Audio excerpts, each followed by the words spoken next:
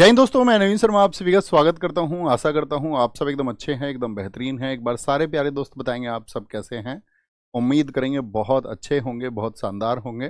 पहले तो साथी माफ़ी चाहेंगे इस बात के लिए कि हम आज जो है आपका लगभग 5-7 मिनट लेट हैं। और 5-7 मिनट लेट होने का कारण है, मैंने आपको बताया कि घर में ही एक फंक्शन है, तो जिसकी वजह से थोड़ा आने में लेट हुआ। तो उम्मीद करेंगे बहुत बढ़िया तरीके से आप अपनी पढ़ाई को कर रहे होंगे। और अगर मैं बात कहूँ कि हम आपका मध्यकालीन जो भारत है, ध्यान से सुनना मेरी बातों को, और इसको कहीं नोट भी करना किनारे पे, क्योंकि इसको मुझे आपको ध्यान दिलाना होगा। क्योंकि हम मिडावल हिस्ट्री में, आपका जो मिडावल हिस्ट्री ख़त्म होती है वो औरंगजेब की डेथ के साथ ख़त्म हो जाती है 1707 में। और उसके बाद का जो इतिहास है वो आधुनिक भारत का इतिहास कहलाता है, मॉडर्न इंडिया। तो हम लगभग मॉडर्न इंडिया को शुरू कर चुके हैं। लेकिन हम इसको अभी क्यों नहीं कहा कि मॉडर्न इंडिया को हम शुरू कर चुके हैं? क्योंकि मॉडर्न इंडिया की शुरुआत हम करेंगे ईस्ट इंडिया कंपनी का जो आगमन हुआ उसके समय की भारत की स्थितियों से। हम सब करें, मेरी बात समझ पाए? तो इसके लिए हम ये आपका ये समझिए, मिडिवल इंडिया में आपको मुझे याद क्या दिलाना है जो मैं बात आपसे कह रहा था। दक्षिण भारत के कुछ राजवंश हैं। तो जब मैं दक्षिण के राजवंश आपको पढ़ाऊंगा, यानी कि जब हम प्राचीन इतिहास में पढ़ेंगे, तो उस समय पर मैं आपको दक्षिण के राजवंश पढ़ाऊंगा, आपका चेर, चोल, पांड्य या दक्षिण के अन्य जो राजवंश रहे थे आपका। यहीं पर हमको अभी विजयनगर साम्राज्य जो मोहम्मद बिन तुगलक के समय स्थापित हुआ था वो कब तक एग्जिस्ट करता रहा, बहमनी साम्राज्य, उसकी जो शाखाएं हैं उनको हमको पढ़ना होगा। तो उन सब के लिए जो है आपका 2-3 कक्षाएं लगानी पड़ेंगी हम। वो आप मुझे याद दिलाएंगे, ठीक है? जब हम एंशिएंट को ख़त्म कर रहे होंगे उसके बाद में हम सब करें, आप जरूर याद दिलाएंगे ताकि हम उसको मिस ना करें। जब हम एंशिएंट की कक्षाओं को खत्म कर रहे हो प्राचीन भारत की, तभी आप मुझे उसको, ठीक है ना, एक बार मेरी स्मृति में ले आएंगे कि भैया अभी आपने ये बोला था। शुरू करें। तो मुझे बताइए, कल मैंने आपको बताया था कि संभाजी महाराज एक साथी मराठा छत्रपति रहे और दूसरे छत्रपति रहे, तो उनका जो शासनकाल था छत्रपति के तौर पर वह कुल कितने वर्षों का रहा था? ये आप सबसे मेरा प्रश्न है, और फिर हम आज की कक्षा में आगे। ठीक है? तो आज की कक्षा में हमें उनसे आगे पढ़ना है, उस मराठा साम्राज्य को पढ़ना है। मराठा साम्राज्य को पढ़ना। मराठा साम्राज्य में अभी हम उनका ईस्ट इंडिया कंपनी से संघर्ष नहीं पढ़ेंगे, क्योंकि उसके लिए हमको पहले मॉडर्न इंडिया में ईस्ट इंडिया कंपनी से संघर्ष को समझना पड़ेगा। जब हम ईस्ट इंडिया कंपनी के संघर्ष पढ़ेंगे तब हम जानेंगे कि उन्होंने कहाँ कहाँ और किस प्रकार संघर्ष किए थे। ओके, कोई दिक्कत, कोई परेशानी? तो नोट करेंगे। संभाजी महाराज के बारे में हम कल पढ़ चुके थे, छत्रपति संभाजी महाराज। तो संभाजी महाराज कब से कब तक थे बताएं जरा। तो आप कहेंगे संभाजी महाराज भैया आपने बताए थे 1680 to 89। और मैंने इनके बारे में आपको बताया था कि ये बहादुर तो थे, बहादुर व्यक्ति तो थे, लेकिन ये एक अच्छे शासन प्रबंधक नहीं थे, या मैं कहूं कि ये बहुत दूरदर्शी नहीं थे। ठीक है, एक आक्रोशित व्यक्ति थे, एक जिद्दी व्यक्ति थे। और उसी क्रम में हुआ क्या था कि इनका भी जो सामना था वो हुआ आपका मुगलों से, और औरंगजेब ने क्या कर लिया था, इनको कैद कर लिया था। मुझे बताएं, औरंगजेब ने जो इनको कैद किया था वह किस किले में कैद किया था, या वह कौन सा स्थल था? ये मेरा आप सबसे प्रश्न रहे। किस किले में इनको कैद किया? अब सारे लोगों का आंसर आना चाहिए। वहीं पर फिर कहानी आएगी हमारी आगे की, वो कहानी क्या होगी वो मैं आपको समझाता हूँ। देखो, मैंने कहा कि संभाजी भैया बताएंगे एक बार फटाफट से। नहीं, जयपुर भवन की बात नहीं कर रहा हूं मैं, कैद की बात नहीं कर रहा हूं। जब अंतिम वो तो कैद हुए थे ये छत्रपति शिवाजी महाराज जी के समय पर आपका, वो तो जयपुर भवन था। मैं बात कर रहा हूं 1689 में, जब इनको साथी एक बर्बरता के साथ में इनके साथ में पेश किया गया, या इनकी पेश इनसे आई, या इनकी हत्या की गई। तो 1689 में, बहुत बढ़िया, संगमेश्वर संगमेश्वर संगमेश्वर वाले सारे ठीक हैं और एकदम से सही आंसर किया है। पन्हाला वाले सारे गलत है, क्योंकि पन्हाला के किले में संभाजी को रख रखा था खुद उनके पिताजी छत्रपति शिवाजी महाराज जी ने। बात क्लियर है, समझे? अब देखो, मैंने कहा कि एक संभाजी महाराज के पास में औरंगजेब का पुत्र गया था अकबर सेकंड, याद है?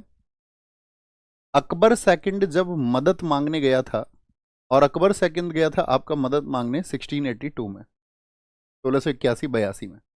ठीक है, तो इन्होंने मदद दी थी क्या संभाजी महाराज ने अकबर द्वितीय को? तो आप कहेंगे नहीं, मदद नहीं दी। तो बहुत सारे इतिहासकार ये कहते हैं, अगर संभाजी महाराज ने उसी समय पर अकबर द्वितीय की मदद करके मुगलों के शासन को कमजोर करने के लिए काम किया होता तो वो काफी हद तक कामयाब हो सकते थे। क्योंकि उनके साथ में एक राजकुमार थे, लेकिन उन्होंने उस दूरदर्शिता के साथ में काम नहीं किया। जब इनकी डेथ हुई, आप जानती हैं औरंगजेब ने कितना निर्दयी व्यवहार इनके साथ में किया। तो जब इनकी डेथ हुई और इन्होंने इस्लाम को एक्सेप्ट नहीं किया, बहुत सारे आपका अगर हम बात करें प्रताड़नाएं देने के बाद में भी, बहुत प्रताड़ित होने के बाद में भी इस्लाम को एक्सेप्ट नहीं किया। और साथ में मैंने कहा औरंगजेब की बेटी से एक प्रपोजल और रख दिया कि तुम अपनी बेटी से मेरी शादी करा दो, ठीक है। और जिस समय जंजीरों में जकड़े हुए थे, तो कहते औरंगजेब तिल मिला गया और इनकी डेथ हुई। तो औरंगजेब, जहां पर आपने देखा होगा, उसके बाद में औरंगजेब आदेश देता है इसके बाद में, जब इनकी डेथ के बाद में, कि जो रायगढ़ है इनका, जो रायगढ़ है या जहां पर इनके जो कोई भी उत्तराधिकारी हैं, वहां पर जाकर के अटैक करो। इनके जो उत्तराधिकारी है उन सबको कैद करके आगरा लेके आओ। तो मुगल सेना संभाजी की मौत के बाद में कहां पहुंची? मुगल सेना संभाजी की मौत के बाद में पहुंची थी विशालगढ़। कहां पहुंची थी मुगल सेना? मुगल सेना 1689 में, 1689 में मुगल आर्मी गई थी आपका विशालगढ़। विशालगढ़ एक दुर्ग हुआ करता था मराठों का, और विशालगढ़ में मुगल सेना आ रही है, इसके बारे में सूचना मिल गई थी आपका संभाजी महाराज जी की पत्नी कौन थी, जरा बताएं। तो आप कहेंगे संभाजी महाराज जी की पत्नी थी आपका यशुबाई, और संभाजी महाराज के पुत्र भी थे। संभाजी महाराज के जो बेटे हैं, संभाजी महाराज के जो पुत्र हैं, अगर हम कहें इनके पुत्र का क्या नाम था, ठीक है, इनके बेटे का नाम, और साथ में इनकी पत्नी की पत्नी, ऐसे ही लिख लीजिए ना सीधे, पुत्र और पत्नी।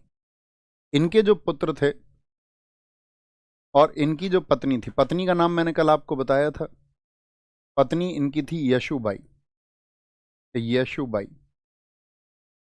और इनके जो पुत्र हैं, इनके पुत्र का नाम था आपका, पुत्र का नाम कौन बताएगा मुझे? पुत्र का नाम था इनके का, जिनको कैद में रख लिया गया था, शिवाजी द्वितीय। शिवाजी द्वितीय,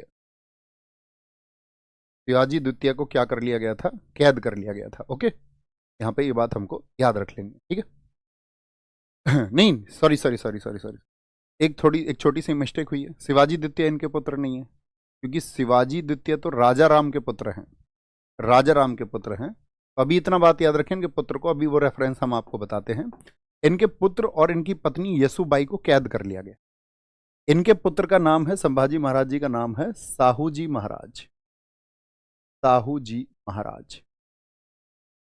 यहाँ गलती पूर्वक मैंने नाम लिखा था, करेंगे साहू जी महाराज। तो क्या कर लिया गया? इन दोनों को कर लिया गया कैद 1689 में, 1689 में इनको कैद कर लिया गया। साहू जी महाराज की अगर हम बात करें, उनकी उम्र जो हुआ करती थी उस समय 7 वर्ष हुआ करती थी।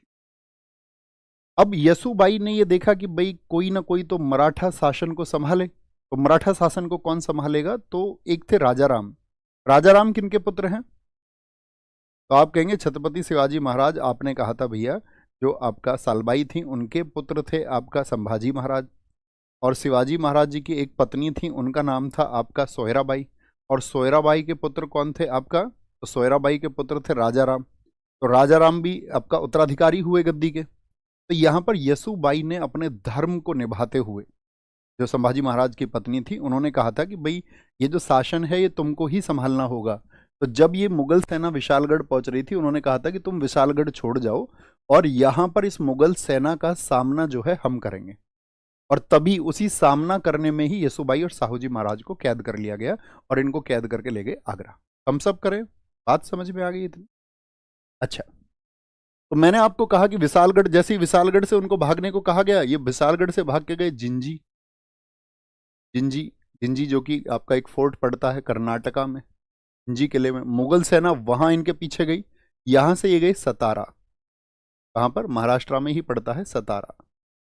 यहां से भाग के गए ये सतारा, ठीक है। मुगल सेना इनके पीछे थी और सतारा एक ऐसा क्षेत्र हुआ जहां जाकर के राजा राम ने खुद को एस्टैब्लिश किया। और सतारा को इसीलिए उन्होंने अपनी कैपिटल चेंज कर लिया था। अब मुझे एक बात बताएं आप, अब से पहले जो मुगलों की नहीं, सॉरी, मराठों की जो राजधानी हुआ करती थी वह क्या होती थी? मुगलों की राजधानी तो आप सभी जानते हैं आगरा थी। मराठों की राजधानी हमने कल की कक्षा में बात की क्या थी? तो आप कहेंगे रायगढ़ हुआ करती थी। तो इसीलिए इन्होंने अपनी राजधानी को रायगढ़ से कहाँ पहुंचे? विशालगढ़। विशालगढ़ सेना पहुंची तो ये पहुंचे आपका कर्नाटक, कर्नाटक से पहुंचे सतारा, और सतारा में जाके इन्होंने हेडक्वार्टर बनाया। और इस तरह से जब उनको कैद कर लिया गया तो ये तीसरे छत्रपति बने। नोट करना, थर्ड छत्रपति। तीसरे छत्रपति कौन बने? राजा राम। राजा राम। और राजा राम कौन है? छत्रपति शिवाजी के पुत्र हैं। छत्रपति शिवाजी के पुत्र हैं। शिवाजी के पुत्र हैं। राजा राम की अगर हम बात करें तो कब बने? ये आपका 1689, और यहां से लेकर के 1700 तक ये आपका छत्रपति रहे। अगर राजा राम इनकी बात करते हैं तो मैंने इनकी माता का नाम क्या बताया था आपको? मैंने कहा था मैं आपसे पूछूं। माता थी इनकी सोयराबाई। सोयराबाई, माता इनकी सोयराबाई, पत्नी इनकी ताराबाई, क्योंकि इनका भी जिक्र आएगा। औरंगजेब की मौत के समय शासन इन्हीं के हाथों में रहे। पत्नी कौन है? ताराबाई। और ताराबाई के साथ में एक आपका इनकी वाइफ और थी, उनका भी जिक्र करेंगे हम आपका, जिनका नाम है राजसबाई। राजसबाई, ताराबाई और राजसबाई। अगर हम यहीं से बात करें, इनके जो पुत्र हैं, इनके पुत्र का नाम है शिवाजी द्वितीय। द्वितीय। और इन्होंने जो अपनी राजधानी बनाई थी, जो कैपिटल बनाई थी, राजधानी बनाई थी इन्होंने क्या? सतारा। राजधानी बनाई सतारा। अब थोड़ा बैकग्राउंड स्टोरी समझ। जब राजा राम गद्दी पर बैठे तो एक ऐसा वर्ग भी था जो ये चाहता था कि भाई ये गद्दी किसकी है, इसका इसका उत्तराधिकारी कौन होना चाहिए? संभाजी महाराज, उनकी डेथ हो चुकी है तो उनके पुत्र ही तो उत्तराधिकारी होंगे। तो एक वर्ग ऐसा भी था जो नाराज था इस बात से कि भाई राजा राम को गद्दी पर नहीं बैठना चाहिए। तो उस वर्ग की थोड़ी बहुत बगावतों की कहानियां या बोले किससे या उनकी सुगबुगाहट होना शुरू हुई। तो राजा राम ने एक बहुत शानदार स्टेटमेंट दिया। वो गद्दी के एकदम से भूखे नहीं बने, तो उन्होंने एक बहुत अच्छा स्टेटमेंट दिया राजा राम ने। उन्होंने कहा कि मैं राजा नहीं हूं, मैं तो साहू जी का प्रतिनिधि हूं, उनके एक रिप्रेजेंटेटिव के रूप में काम कर रहा हूं। अब यहां से आप समझ रहे हैं तो एक्सेप्टेबिलिटी बढ़ेगी शासन पे उनकी या नहीं? लोग स्वीकार करेंगे ना, हाँ भाई उनको अधीन मानते हुए शासन कर रहे हैं। मैं तो आपका जो साहू जी महाराज असली उत्तराधिकारी वही हैं, उनके अधीन हूं। तो लोगों में उनकी स्वीकार्यता बढ़ी। अब दूसरा पक्ष क्या था? एक तो इनकी स्वीकार्यता बढ़ी, इनको लोगों ने माना, छत्रपति स्वीकार किया। और दूसरा वो वर्ग जो एकदम से आक्रोश में आ गया था संभाजी महाराज की वजह से। और कहते हैं कि छत्रपति शिवाजी महाराज ने महाराष्ट्र को जिस एकता के सूत्र में पिरोया था, जब छत्रपति शिवाजी महाराज जी की डेथ हो गई और उनकी डेथ के बाद में उनके उत्तराधिकारी संभाजी महाराज की भी मुगलों के द्वारा हत्या करवा दी गई, तो ऐसा लगा कि छत्रपति शिवाजी महाराज जी ने जो संघर्ष किया था, जिस प्रशासन को उन्होंने डेवलप किया था, जो एक मजबूत शासन उन्होंने स्थापित किया था, उसकी नींव हिल गई है और वह मराठा अब कमजोर हो चुके। ऐसा मैसेज प्रचारित और प्रसारित होने लगा कि अब शायद जो हमारा सूर्य है वो अस्त हो चुका है। लेकिन राजा राम इसी समय पर संगठित करते हैं लोगों को, और जो आक्रोशित भावनाएं संभाजी महाराज की हत्या के साथ में जुड़ी हुई थी उसको लेकर के लोगों के बीच में पहुंचते हैं। कहते हैं पूरे मराठा क्षेत्र में फिर से राष्ट्रहित की जो भावनाएं थी, राष्ट्र प्रेम की जो भावनाएं थी, वो उमड़ उठती। ये कहा जाता है कि मुगल हर जगह छापे मार रहे थे, अब मराठा कहीं पर नहीं थे और मराठा सब जगह थे। कहते हैं मराठा का दिन का किसान रात का सैनिक बन चुका था, यानी कि वो रात को छापे मारी, रात को वो आपका जो सेना होती थी मुगल उसको परेशान करते थे। कहते हैं कि अब मराठा का प्रत्येक व्यक्ति सैनिक बन चुका था और उन्होंने अपने राजा के लिए यानी राजा राम के लिए अपना तन मन धन कि तुम लड़ो हम तुम्हारे साथ है, वो ताकत उनको दी। जब लीडरशिप किसी के हाथ में होती है और वह सच्चा व्यक्ति हो, अगर उसको तुम ताकत दे दोगे तो उसका उत्साह बहुत बढ़ जाएगा। और राजा राम का उत्साह भी बहुत ज्यादा बढ़ गया। कहते हैं मुगलों के खिलाफ मराठा का एक एक घर सुरक्षा स्थल बन गया और मराठा का एक एक गांव मुगलों के खिलाफ में किला बन के खड़ा हो गया, किला बन के खड़ा हो गया। तो राजा राम ने बहुत मजबूती दी और आपका क्या बोलेंगे उनसे राजा राम ने मुकाबला किया। लेकिन राजा राम यहां पे एक बात लिखना, अगली बात लिखेंगे, 1700 में बीमारी के चलते हुए राजा राम की डेथ हो गई, राजा राम की मृत्यु हो गई। Raja Ram died in 1700, Raja Ram died in 1700 AD। Raja Ram, Raja Ram, अगर मैं प्रशासनिक कार्यों की बात करूं तो मैं आपसे कहूं कि छत्रपति शिवाजी महाराज जी ने एक आपका 8 मंत्रियों का एक विभाग बनाया था, उसको हम क्या कहते थे? तो आप क्या कहेंगे? उसको बोलते थे अष्टप्रधान। तो ये जो राजा राम थे, लिख लेना कहीं किनारे पे, इन्होंने अष्टप्रधान का विस्तार किया था। संभाजी ने तो उसको खत्म किया था, लेकिन उन्होंने क्या किया था? अष्टप्रधान का विस्तार किया था। और he expanded the Ashtapradhan and 2 posts were added to it। और उसमें 2 पद जोड़े गए, उसमें 2 पद जोड़े गए, 2 पद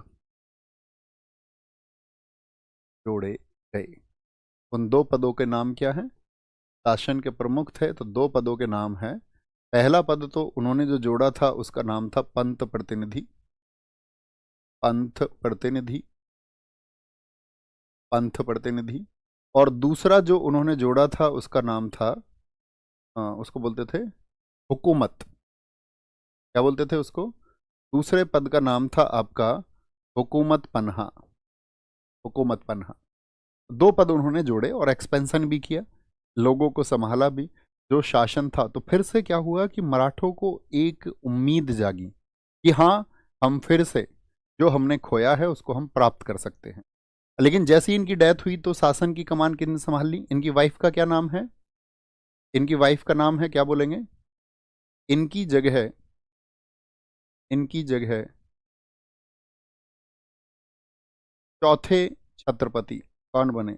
4th छत्रपति, चौथे छत्रपति बनाया गया, जो इनके पुत्र थे शिवाजी सेकंड। लेकिन शिवाजी सेकंड इस समय पे बच्चे थे, शिवाजी द्वितीय, और शिवाजी द्वितीय इस समय थे आपका 4 years के, 4 वर्षों के। तो इनकी जो रीजेंट बनी या गार्डियन बनी, इनकी संरक्षिका बन गई इनकी मदर, और इनकी मदर संरक्षिका बनी, कौन नाम है उनका? ताराबाई। ताराबाई, ध्यान से सुनना और समझ, ताराबाई। याद रखेंगे, ये तो आपको पता ही है ना। शिवाजी द्वितीय किसके पुत्र हैं? राजा राम के पुत्र हैं। लिख भी लीजिए जिनको ना पता हो, क्योंकि मैंने अभी बता दिया था, पिछली स्लाइड में आपको बताया था ना, यहाँ पर पुत्र शिवाजी द्वितीय हैं। अब क्योंकि 4 वर्ष का बच्चा तो संभाल नहीं सकता, तो ताराबाई, अब ताराबाई क्या है? ताराबाई बहुत योग्य थी और महत्वाकांक्षी भी थी। उनको मराठा शासन को संभालने का ड्रीम था, ये मराठा शासन मुझे संभालना है। और अगर मैं यूं कहूं कि औरंगजेब, देखो ये कब का है आपका वर्ष? देखिए 1700, क्या बोलेंगे? 1700। तो 1700 में गद्दी पे कौन है, जरा बताएं मुझे, गद्दी पे कौन है जरा बताएं फटाफट से। 1700 में तो आप कहेंगे उत्तर भारत में था औरंगजेब, क्योंकि 1658 से 1707 तक वही रहा। और इन्होंने औरंगजेब से जम के संघर्ष किया और मराठाओं को एक नई शक्ति दी, इतनी शक्ति दी कि इन्होंने आपका औरंगजेब की छावनियों तक पर आक्रमण किए। छावनी का मतलब उनके जो कैंट होते थे, जो सेना के स्थल होते थे, वो सभी किले जो पहले मराठों के थे उन्होंने उनको वापस जीता। जैसे कि कुछ किलों में नाम आते, बसंतगढ़ का किला है, बसंतगढ़। कोई किले का नाम आप बताइए जो आपने पिछली क्लासेस में सुना हो। बसंतगढ़ का किला, रायगढ़ का किला जो मुगलों के अधीन हो गया था, रायगढ़ किला, इसको इन्होंने वापस जीता। तिहिंगढ़ फोर्ट, तिहिंगढ़, सिंहगढ़ किले को इन्होंने वापस जीता, सतारा फोर्ट जो इनके हाथ से बीच में निकल गया था, सतारा के किले को वापस जीता। और ऐसा नहीं, जो मुगलों के नगर थे जैसे बुरहानपुर था, सूरत जिस पे छत्रपति शिवाजी महाराज जी ने भी आक्रमण किया था, लेकिन उन्होंने फिर कड़ी सुरक्षाएं की थी वहां पर, भरूच जिसको भड़ौच के नाम से जाना जाता था, ये सभी सिटी थे, ये सब फोर्ट थे। तो यानी कि क्या बोलेंगे आपका कि ताराबाई के समय पर मराठा और उत्कर्ष की तरफ चले, मतलब कि और आपका मजबूत हुए। और औरंगजेब इस समय पर बिल्कुल हताश हो गया। औरंगजेब के खुद के शिविरों पर इन्होंने आक्रमण किया। और औरंगजेब की डेथ कब हुई? औरंगजेब की डेथ हुई 1707 में। अब कमाल बात क्या है, मैंने आपको बताया था कि औरंगजेब के पुत्र भी आपस में उत्तराधिकार के युद्ध के लिए लड़े थे, हाँ या ना? आप कहेंगे हाँ भैया, उनके बीच में भी उत्तराधिकार की लड़ाई हुई। औरंगजेब के किसी एक पुत्र का नाम सोचिए भाई, औरंगजेब के बाद में गद्दी पे कौन आया था? तो आप कहेंगे भैया मुअज्जम बहादुर शाह, उसका एक पुत्र था आपका शाह आजम। तो उसके पुत्रों में भी तो उत्तराधिकार का युद्ध हुआ, हमने आपको बताया था उसका 1707 का उत्तराधिकार का युद्ध। भैया मुअज्जम, मुअज्जम एकदम ठीक लिखा है, बहुत बढ़िया। एक ने तो दारा सिकोह ही लिख दिया है। दारा सिकोह शाहजहां का बेटा है, आलम। Okay very good. यहां पे आएंगे तो शिवाजी द्वितीय आपका जब गद्दी पे होते हैं, और 1707 पे जिक्र करिए, इन्होंने कब तक संभाला है? 1707 तक। तो औरंगजेब की मृत्यु के समय पे शासन किसके हाथ में है? ताराबाई के हाथों में है। अब इंपॉर्टेंट बात क्या है, 1707 औरंगजेब की डेथ, तो कहीं किनारे पे लिखो तो घटनाएं आप समझेंगे। एक बॉक्स में बंद करके लिख देना इसको, है ना। 1707 में औरंगजेब की डेथ, और इसके बाद में मैंने आपको मुगलों में समझाया मुगल कमजोर होते गए थे या नहीं। औरंगजेब की मृत्यु हो गई। औरंगजेब की मृत्यु के बाद में मुगल जो है वो कमजोर होते चले गए, और यही वो समय था जब मराठाओं ने अपना एक्सपेंशन किया, एक्सपेंशन किया। ठीक है, क्या बोलेंगे तो याद रखना, औरंगजेब की मृत्यु के समय, मृत्यु के समय ताराबाई का नियंत्रण था, मराठा शासन में कभी भी पूछे, कंट्रोल ऑफ ताराबाई, इनका नियंत्रण था। ठीक है, अब औरंगजेब की जैसे ही डेथ हुई तो उसके पुत्रों ने क्या सोचा, भाई जो मराठा थे वो उनके लिए एक चिंता का विषय थे ही। तो मराठा कब से संघर्ष कर रहे हैं बताओ?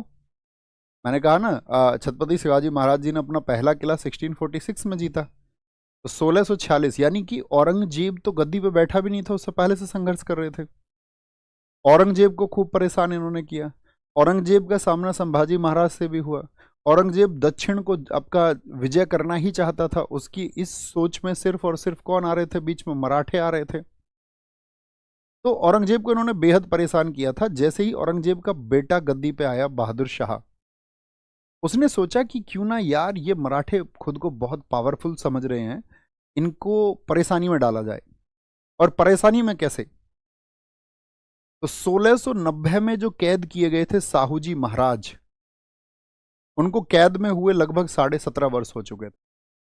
और उन्होंने कहा कि साहूजी महाराज को अगर हम कैद से छोड़ेंगे तो साहूजी महाराज कहाँ जाएंगे? मराठा क्षेत्र में।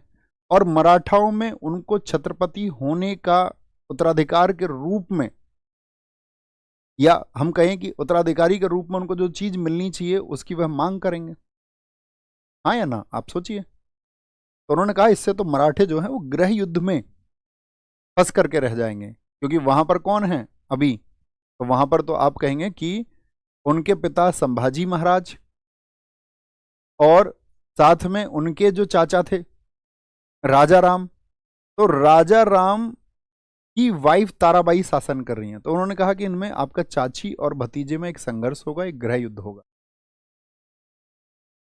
और इससे गड़बड़ पैदा हो जाएगी और हम लोगों के लिए चीजें आसान हो जाएंगी, हम मराठाओं को कंट्रोल कर पाएंगे। तो जिस समय पर उन्होंने साहू जी को कैद किया तो यूं ही जाने दिया मराठा कि ठीक है तुम पहुंच जाओ आराम से। अब उन्होंने भी सोचा कि यार अगर मैं वापस जाऊंगा तो वापस शासन कैसे लूं, तो उन्होंने ताराबाई से यहां पर संघर्ष किया। और ताराबाई से जो इनका संघर्ष है, इस संघर्ष में उनकी हेल्प किसने की, ये बहुत इंपॉर्टेंट बात है, लिखना है यहां पर। 1707 इसको बोलते हैं खेद वॉर, खेद युद्ध, खेद युद्ध, जो कि आपका भीमा रिवर के किनारे लड़ा गया था, ऐसे लिख लीजिए खेद युद्ध 1707। तो ये खेद युद्ध किस किस के बीच हुआ, एक तो साहू जी महाराज, याद रखेंगे ना, थम्स अप करें कि हाँ जी साहू जी कैद में हैं, हम जानते हैं भैया, यहाँ से रिहा हुए थे। साहू जी वर्सेस ताराबाई, ताराबाई। और ये जो साहू जी महाराज हैं आपका, ये इसमें क्या हो गए, विजयी हो गए। तो अब छत्रपति कौन बनेंगे, अब छत्रपति कौन बनेंगे, तो आप कहेंगे भैया आप तो छत्रपति बनेंगे साहू जी महाराज। अच्छा, इस समय पर किले में है ताराबाई, और ताराबाई का पुत्र कौन है, जो अभी कितने वर्ष का हुआ है, कुल 11 वर्षों का हुआ है, जिनका नाम है शिवाजी द्वितीय, जो पिछले छत्रपति थे, वो दोनों किले में हैं। और जो मैंने बताया था आपका राजा राम की दूसरी वाइफ है, राजा राम की दूसरी वाइफ कौन सी है ताराबाई के अलावा, राजसबाई। अब राजसबाई भी सोचती है कि मेरा लड़का भी गद्दी पे बैठना चाहिए, इसका लड़का, राजसबाई का लड़का, जो राजसबाई है, राजसबाई के पुत्र का क्या नाम है, राजसबाई का पुत्र है संभाजी सेकंड, संभाजी द्वितीय। और जो ताराबाई का पुत्र है, ताराबाई का पुत्र है, उनका नाम है आपका शिवाजी द्वितीय। तो ये क्या चालाकी करती है यहाँ पे राजसबाई, उसको पता ताराबाई युद्ध में वहां पर उसकी सेना हार चुकी है, तो ताराबाई और उनके पुत्र शिवाजी द्वितीय दोनों को ही कैद में करके, इन दोनों को कैद कर लेते किले में राजसबाई, और दोनों को किले में कैद करके संभाजी सेकंड को, संभाजी सेकंड को बोलती है कि अगले छत्रपति ये होंगे। साहू जी महाराज ने कहा अच्छा हम ऐसे ही युद्ध कर रहे हैं, लेकिन वो क्यों कामयाब नहीं हुए, उनकी वो घोषणा बहुत सफल नहीं हो पाई। घोषणा इसीलिए सफल नहीं हो पाई क्योंकि उनके पास में महाराष्ट्र का कुछ क्षेत्र ही नहीं था, और महाराष्ट्र का क्षेत्र तो किसके कंट्रोल में आ गया था, साहू जी। तो एक्सेप्टेबिलिटी बनी इनकी, स्वीकार्यता बनी साहू जी महाराज की, और आपका वास्तविक छत्रपति किसको स्वीकारा गया, साहू जी महाराज को। हम सब करें, बात क्लियर है, छोटी सी बात क्लियर है कि यहां पर संघर्ष कैसे हुआ, ताराबाई के खिलाफ हुआ, ये जीते, लेकिन दूसरी तरफ चाल चलती है, राजसबाई अपने बेटे को छत्रपति बनाना चाहती है लेकिन कामयाब नहीं हो पाती है। ये कामयाब क्यों हुए साहू जी महाराज, साहू जी महाराज। अब दरअसल में यहां पर नाम आएगा बालाजी विश्वनाथ का, बालाजी विश्वनाथ, अभी मैं आपको बताऊंगा, अभी जर्नली ऐसे ही सुन लीजिए, बालाजी विश्वनाथ, क्योंकि वो पहले पेशवा बने तो वहां पर नोट करेंगे हम। मैंने एक बात बताई थी आपको, अगर आप याद करें, कि छत्रपति शिवाजी महाराज ने अंग्रेजों की हेल्प या फिर अपनी नेवी जो बनाई थी वो किसके खिलाफ संघर्ष के लिए बनाई थी, तो आप कहेंगे भैया वो सीदियों के खिलाफ, जंजीरा के जो सीदी थे उनके खिलाफ उन्होंने वो सेना बनाने का सोचा था। मैंने आपको ये भी स्टेटमेंट दिया था, लेकिन वो अपने उस अभियान में सफल नहीं हो पाए थे। तो वो जो जंजीरा के सीदी थे, वहीं पर उनके समय पे कुछ देशमुख हुआ करते थे, देशमुख जैसे आज प्रधान होते हैं, तो उन्हीं देशमुखों में से एक हैं आपका बालाजी विश्वनाथ। अब बालाजी विश्वनाथ वहां पर सीदियों के अत्याचार से बहुत परेशान थे, और सीदियों के अत्याचार से वहां से वो भाग करके मराठा एक सेनापति होते थे दानाजी जादव, तो वो मराठाओं की सेना में काम करने आए थे। दानाजी जादव से उनके संबंध अच्छे थे। तो जब साहू जी महाराज वापस आ रहे थे दिल्ली से महाराष्ट्र की तरफ, तो साहू जी महाराज की हेल्प की बालाजी विश्वनाथ और मराठा सरदार दानाजी जादव ने। तो किसकी वजह से साहू जी ने गद्दी पाई, किसकी हेल्प से साहू जी ने गद्दी पाई, बताएं फटाफट से। आप सबका एक ही नाम आना चाहिए। तो आप कहेंगे भैया जो साहू जी महाराज बने छत्रपति साहू जी, राइट से लिख लेते, साहू जी महाराज कौन से नंबर के छत्रपति हुए, ये हुए भैया आपका 5वें छत्रपति, 5th छत्रपति, बालाजी विश्वनाथ की हेल्प से। और इनके अगर हम काल की बात करते हैं कब से कब तक रहे, तो 1707 से 49, इतना लंबा समय है। तो बहुत लंबा समय हो गया, क्या बहुत योग्य हैं, तो आप कहेंगे नहीं, साहू जी महाराज ना तो बहुत अच्छे शासन प्रबंधक थे और ना ही बहुत अच्छे सेनापति थे, लेकिन उनके अंदर एक क्वालिटी थी, एक गुण था। वो गुण क्या था? देखो, आप समझना, जीवन का एक कॉन्सेप्ट समझना कि आपका जैसे फैमिली है, आप मतलब दो भाई, तीन भाई, चार भाई जो भी हैं, आप ये जानते हैं कि इन हम चारों भाइयों में ये भाई सबसे योग्य है, तो आपको उसको जिम्मेदारी देनी चाहिए आगे किसी भी एक चीज आगे बढ़ाने के लिए। आपको उसको सपोर्ट करना चाहिए, आपको उसके ऊपर विश्वास करना चाहिए, हाँ या ना? अब चक्कर क्या होता है, जब हम अपने अपने अधिकारों के लिए लग जाते हैं तो वो चीजें फिर कमजोर हो जाती हैं, यानी ना तो ऑब्जेक्टिव पूरा होता है और फल होता है पतन। लेकिन ये साहू जी महाराज, मैं कह रहा हूं, ना तो अच्छे शासन प्रबंधक है और ना ही अच्छे सेनापति हैं, लेकिन फिर भी इतने लंबे समय तक छत्रपति कैसे? उनके अंदर एक ही क्षमता थी, विश्वास दिलाने और विश्वास पाने की क्षमता। यानी वो किसी को विश्वास दिला सकते थे और वो किसी से विश्वास पा सकते थे, और वो विश्वास उन्होंने पाया था बालाजी विश्वनाथ से। और इस बात को लेकर के वो बहुत अच्छे से परिचित थे कि जो योग्यता मुझ में नहीं है वो मेरे पेशवाओं में है, यानी कि मेरे प्रधानमंत्रियों में है। तो जिसमें योग्यता है उसको फिर हमको आगे पुश करना चाहिए कि भाई इस व्यक्ति के अंदर योग्यता है, इसको आगे पुश करते हैं। पर ऐसा नहीं कि नहीं, ये गद्दी तो सिर्फ मेरी रहेगी। तो ये साहू जी महाराज की एक क्वालिटी थी जिसकी वजह से वो एक लंबे समय तक, तो शायद जब ये बैठे तो इन्होंने आपका, मैंने बताया कि इनको जब कॉन्फिडेंस मिल गया बालाजी विश्वनाथ का, तो उन्हीं को बनाते हैं आपका पेशवा। तो साहू जी महाराज ये कैरेक्टर याद रखेंगे बस, क्योंकि बहुत बड़ा इनका योगदान नहीं है, इनके समय पे आपका जो पेशवाई ने जादू किया उसका योगदान है। लिखना, साहू जी महाराज ने, साहू जी महाराज ने, इनके समय पर ही तीन पेशवा हो जाएंगे। पहला पेशवा, पेशवा पोस्ट किसको बोलते थे? लिखे, मैंने आपको बताया था अष्टप्रधान में। भाई आपका, आप कहेंगे भैया छत्रपति के बाद में यही पोस्ट होती थी। पहला पेशवा बालाजी विश्वनाथ। क्यों बनाया? क्योंकि बालाजी विश्वनाथ जो है आपका, ये दो लोगों पे विश्वास करते थे सबसे ज्यादा, साहू जी महाराज। एक तो बालाजी विश्वनाथ पे, और दूसरा जो मराठा सेनापति थे धानाजी जादव, इन दो लोगों पे इनका विश्वास सबसे ज्यादा था। अब धानाजी जादव क्या हुए थे आपका, वो उनकी डेथ हो जाती है, और धानाजी जादव की डेथ के बाद में उनके बेटे को बनाया गया आपका सेनापति। लेकिन उस सेनापति पर हमेशा शक रहा किनको? साहू जी महाराज को। तो उन्होंने कहा नहीं, अगर शक्तियां सेनापति के पास रहेंगी तो शायद किसी से कल मिल सकते हैं, विद्रोह कर सकते हैं। इनके ऊपर बहुत विश्वास था उनको, बालाजी विश्वनाथ के ऊपर। ठीक है, यहीं पे बालाजी विश्वनाथ ये चित पावन ब्राह्मण थे। चित पावन ब्राह्मण, ये क्वेश्चन पूछा इस बार बीपीएससी ने 2023 में। चित पावन ब्राह्मण, चित पावन ब्राह्मण, बहुत कहानियां हैं इनकी।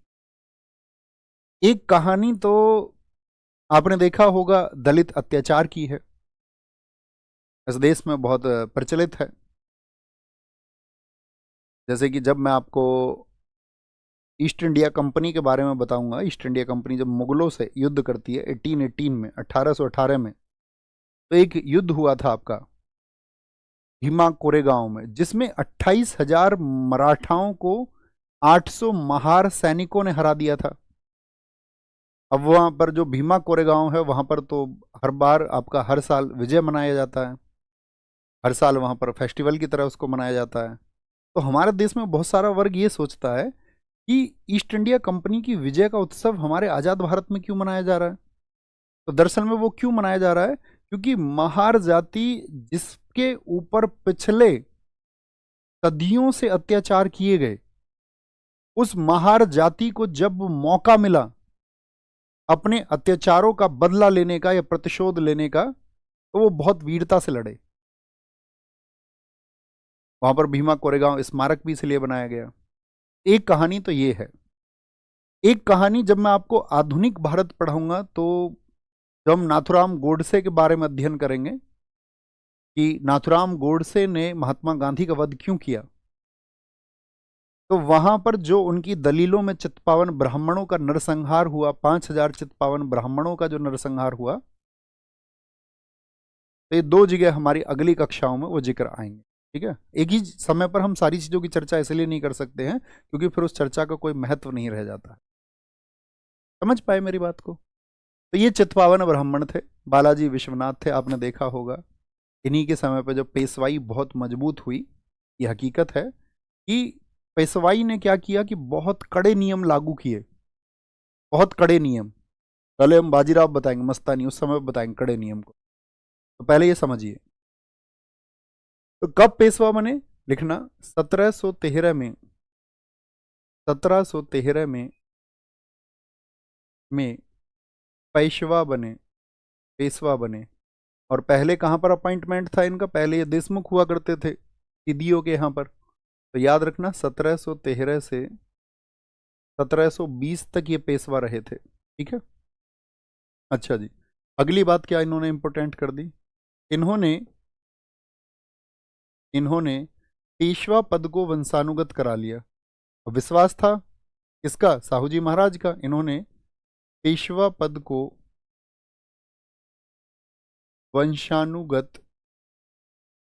वंशानुगत करा लिया, यानी कि अब जो इनके पुत्र होंगे वही पेशवा बनेंगे, वही पेशवा बनेंगे। यानी कि made the post of Peshwa, made the post of Peshwa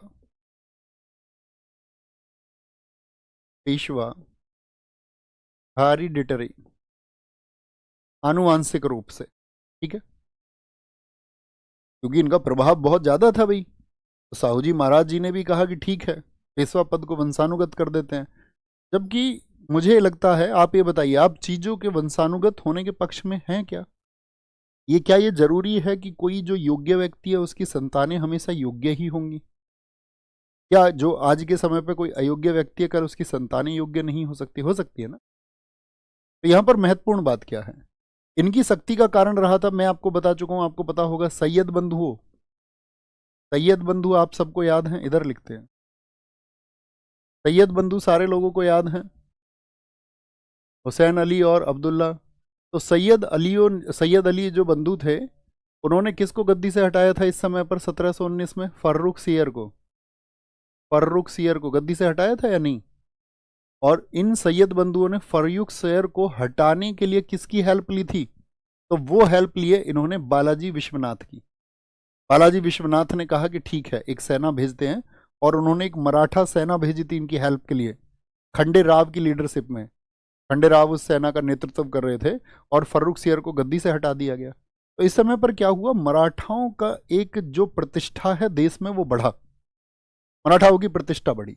okay, तो इसकी वजह से वहीं पर बालाजी विश्वनाथ का कद भी बढ़ा, और बालाजी विश्वनाथ की जैसे ही डेथ हुई तो उन्होंने अपने बेटे को गद्दी पर बिठाया। तो क्या बोलेंगे आपका यहां पर लिखना, दूसरे पेशवा। छत्रपति कौन है अभी पर? समझ रहे ना, छत्रपति सबसे बड़ा पद था, पेशवा दूसरे नंबर का पद था। दूसरे पेशवा बने बाजीराव प्रथम। और एक बार कमेंट में बाजीराव प्रथम का नाम आ जाए, रियल हीरो हैं इंडियन हिस्ट्री के। बाजीराव प्रथम 1720 से 40, 1720 से 40। ठीक है, और कौन है ये आपका? बालाजी विश्वनाथ के पुत्र हैं। इनको नेपोलियन कहा जाता है, नेपोलियन, मराठा नेपोलियन। जितनी लड़ाई लड़ी एक भी नहीं हारी, 40 युद्ध। मैंने कहा ना, मोहम्मद शाह रंगीला ने इनका चित्र बनवाया था, तो चित्रकार ने क्या कहा था, चित्र के अलावा कुछ घटनाओं को और पेश करना चाहूंगा। व्यक्ति जमीन पे सो रहा है अपने सैनिकों के साथ में, जो सैनिक खाते हैं वही खाता है, और बहुत भीषण योद्धा है। और मैंने जो चित्र बनाया कि घोड़े की लगाम सिर्फ घोड़े पे पड़ी हुई है और उसका घोड़ा धीरे धीरे चल रहा है, और उस पर ही उसने तलवार रखी हुई है जिसका बैलेंस एकदम से बना हुआ है, संतुलित तलवार रखी हुई, ऐसा चित्रण किया उसने। तो इनकी कहानी सुनिए, बाजीराव प्रथम। मैंने कहा कि जितना भी मराठा क्षेत्र, अगर आपसे कभी कोई पूछे कि मराठा साम्राज्य किसके समय पर सबसे ज्यादा बड़े क्षेत्र में था, तो छत्रपति साहू जी महाराज। लेकिन साहू जी महाराज क्या है? योग्य नहीं है। तो किसकी वजह से? तो बाजीराव प्रथम की वजह से, दूसरा पेशवा बाजीराव प्रथम की वजह। इन्होंने वो सब कुछ जीता जो जीता जा सकता था इस भारत में। गुजरात से लेकर के, मध्य प्रदेश से लेकर के, दिल्ली, उत्तर भारत से लेकर के आपका चाहे आपका पुर्तगालियों को हराना हो, या फिर मैं आपसे बात करूं इन्होंने आपका निजामों को हराना हो, कुछ इन्होंने छोड़ा नहीं, सबको जीता। 40 लड़ाइयों में सबको हराया। ठीक है, तो यहीं पे बाजीराव प्रथम। इनकी 2 वाइफ हैं। कौन है इनकी पत्नी बताओ? इनकी पत्नी, वाइफ्स, पत्नियां लिख लेना। एक पत्नी तो है इनकी काशीबाई, काशीबाई, प्रियंका चोपड़ा नहीं। और दूसरी पत्नी है इनकी मस्तानी, दीपिका पादुकोण नहीं, मस्तानी, जो कहाँ की थी? छत्रसाल की पुत्री थी, छत्रसाल की पुत्री, राजा छत्रसाल। बहुत बुजुर्ग हो चुके थे जब इन्होंने शादी कराई थी, राजा छत्रसाल। अब मस्तानी के बारे में लोग कहते हैं कि वो तो कोई नाचने वाली थी, कोई मस्तानी को कहते हुए मिलेगा कि वो तो छत्रसाल की एक प्रेमिका की लड़की थी। अब राजा छत्रसाल थे बुंदेलखंड में, बुंदेलखंड समझते हैं, यूपी एमपी बॉर्डर, बुंदेलखंड। तो बुंदेलखंड के राजा छत्रसाल ने जब हेल्प मांगी थी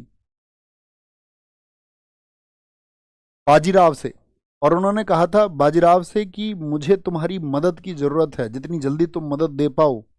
जब उनके पास में अभियान हुए, मुगलों के अभियान वहां पर हुए, तो कहते हैं जिस समय पर चिट्ठी पहुंची थी उसी समय पर अपना घोड़ा दौड़ा दिया था बाजीराव प्रथम ने, कि किसी ने मदद मांगी है, उत्तर भारत से किसी राजा ने मदद मांगी है, खत लिख करके उसकी सेनाएं पीछे दौड़ पड़ी। कहते 3 दिन में वहां महाराष्ट्र से बुंदेलखंड पहुंच गए और हेल्प की। उसी हेल्प की वजह से उन्हीं की पुत्री हैं छत्रसाल की, याद रख लेना, उनकी जो है पत्नी की बेटी हैं वही पुत्री होंगी। तो इन्होंने तुरंत शादी की थी, और जो बुंदेलखंड का 1/3 हिस्सा था, राजा छत्रसाल के 2 पुत्र थे। राजा छत्रसाल ने अपना तीसरा बेटा माना बाजीराव को, बाजीराव प्रथम को, और इसीलिए 3 बेटे मान करके अपने 2 पहले, एक इनको मान लिया। तो टोटल जो इनका क्षेत्र था बुंदेलखंड का, उसका 1/3 हिस्सा बाजीराव को गिफ्ट किया था। अब बाजीराव लेके गए मस्तानी को। अब वहां पावन ब्राह्मण, उनके नियम बड़े कड़े थे। अब जब उन्होंने इस तरह की कहानियां सुनी कि भाई मस्तानी तो जो है एक आपका, किसी ने कहा कि ये तो मुस्लिम है, नाचने वाली है, किसी ने कुछ कहा, किसी ने कुछ कहा। तो बाजीराव प्रथम और मस्तानी का एक बेटा था जिनका नाम इन्होंने रखा था कृष्ण। वही कृष्ण जिसका नाम बाद में शमशेर बहादुर हो गया। जब प्रताड़ित किया गया, उस तरह की सुविधाएं वहां पर नहीं दी गई, तो बेटे ने अपना बदल लिया। अब तुम एक बात बताओ, तुम किसी को संरक्षण नहीं दोगे और झूठा दंभ भरते रहोगे, तो तुम्हारा धर्म क्या कमजोर नहीं होगा?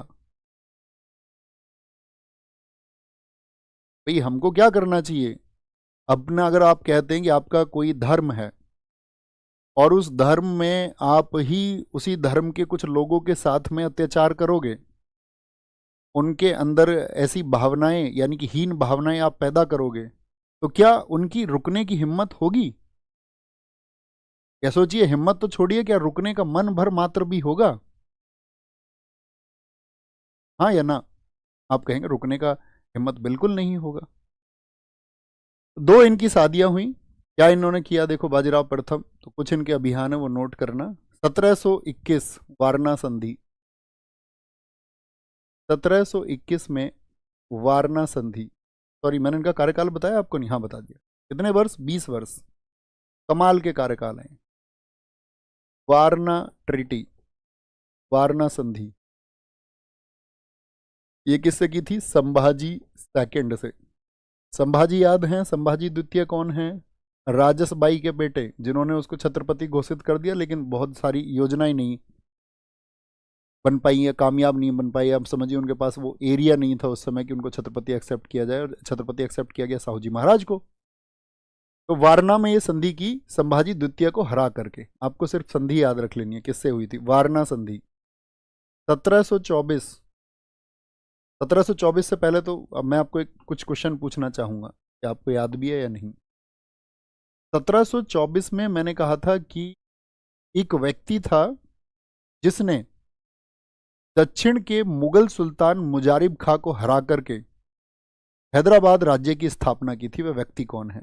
आंसर करें फटाफट से, तभी हम कक्षा को आगे बढ़ाएंगे, नहीं तो फिर अभी स्टॉप करा देंगे। बोलेंगे फटाफट से आंसर करें।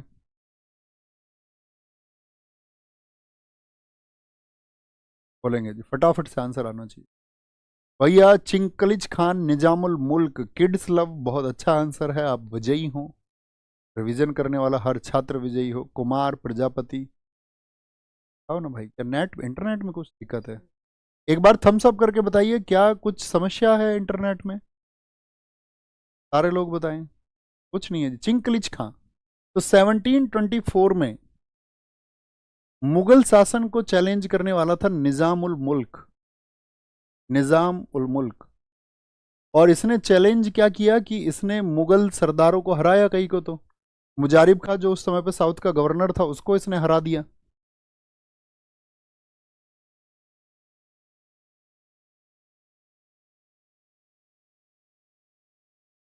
तो क्या बोलेंगे आपका 1724 में निजाम उल मुल्क। अब निजामुल मुल्क क्या था, जैसे ही हैदराबाद में उसने गद्दी पर बैठा तो उसकी महत्वाकांक्षाएं बढ़ी साउथ के लिए। अब वो सबसे शक्तिशाली शत्रु बना बाजीराव प्रथम का, या यूं कहें मराठों का। उसने क्या चालाकियां की? उसने एक पक्ष तो लिया कि साहूजी महाराज को भड़काने का प्रयास किया, एक पक्ष में उसने मराठा सेनापतियों को भड़काने का प्रयास किया कि तुम बाजीराव प्रथम के तहत उसी की लोकप्रियता बढ़ रही है और तुम्हारी तो कोई लोकप्रियता ही नहीं है। साथ में जिससे संधि कर ली थी संभाजी द्वितीय को भी अकसाया कि भाई तुम जाके साहूजी महाराज से अपना जो अधिकार है उसको मांगो। तो सबसे चैलेंजिंग पर्सन बन गया वो उस टाइम पे। अब चैलेंजिंग पर्सन इतना कमजोर भी नहीं है भाई, जिसने मुगलों के अधीन खुद को स्वतंत्र कर लिया, मुगल सरदारों को हरा दिया, कमजोर तो वो भी नहीं है। और निजामुल मुल्क के बारे में कहा जाता है कि उसने 100 युद्ध लड़े थे और 100 युद्धों में ना के बराबर उसकी पराजय थी। लेकिन यहां सामना था बाजीराव प्रथम से। बाजीराव प्रथम ने भी 40 युद्ध लड़े और एक भी नहीं हारा। तो जो मैं कह रहा हूं ना, 100 युद्धों में से ना के बराबर हारे, जो हारे वो बाजीराव प्रथम नहीं हराए, और 2 बार हराया निजामुल मुल्क को, और उसे घुटनों पे लाकर के मजबूर किया कि वह एकमात्र छत्रपति स्वीकार करे साहूजी महाराज को, और चौथ और सरदेश मुखी उसको देने होंगे। यानी कि टोटल उसकी जितनी इनकम हो रही है, चौथ कितना होता था उसका बताओ? 1/4, एक इंस्टॉलमेंट। और सरदेशमुखी के रूप में जितना आपका वार्षिक आय है उसका 1/10। देशमुखी को 10 से याद रखिए, 1/10। तो भैया उसने ये भी कमाल करके दिखाया। ओके, तो 1724 में किसको हराया? 1724 नहीं, 24 में तो वो हैदराबाद की स्थापना उसने की थी। 1728 में, 1728 में, 24 का तो कॉन्सेप्ट मैं आपको पढ़ा ही चुका हूं। 24 याद है ना? थम्स अप करें। हाँ जी भैया। 1728 में, 1728 में हुआ था पालखेड़ वॉर, पालखेड़ युद्ध, पालखेड़ वॉर।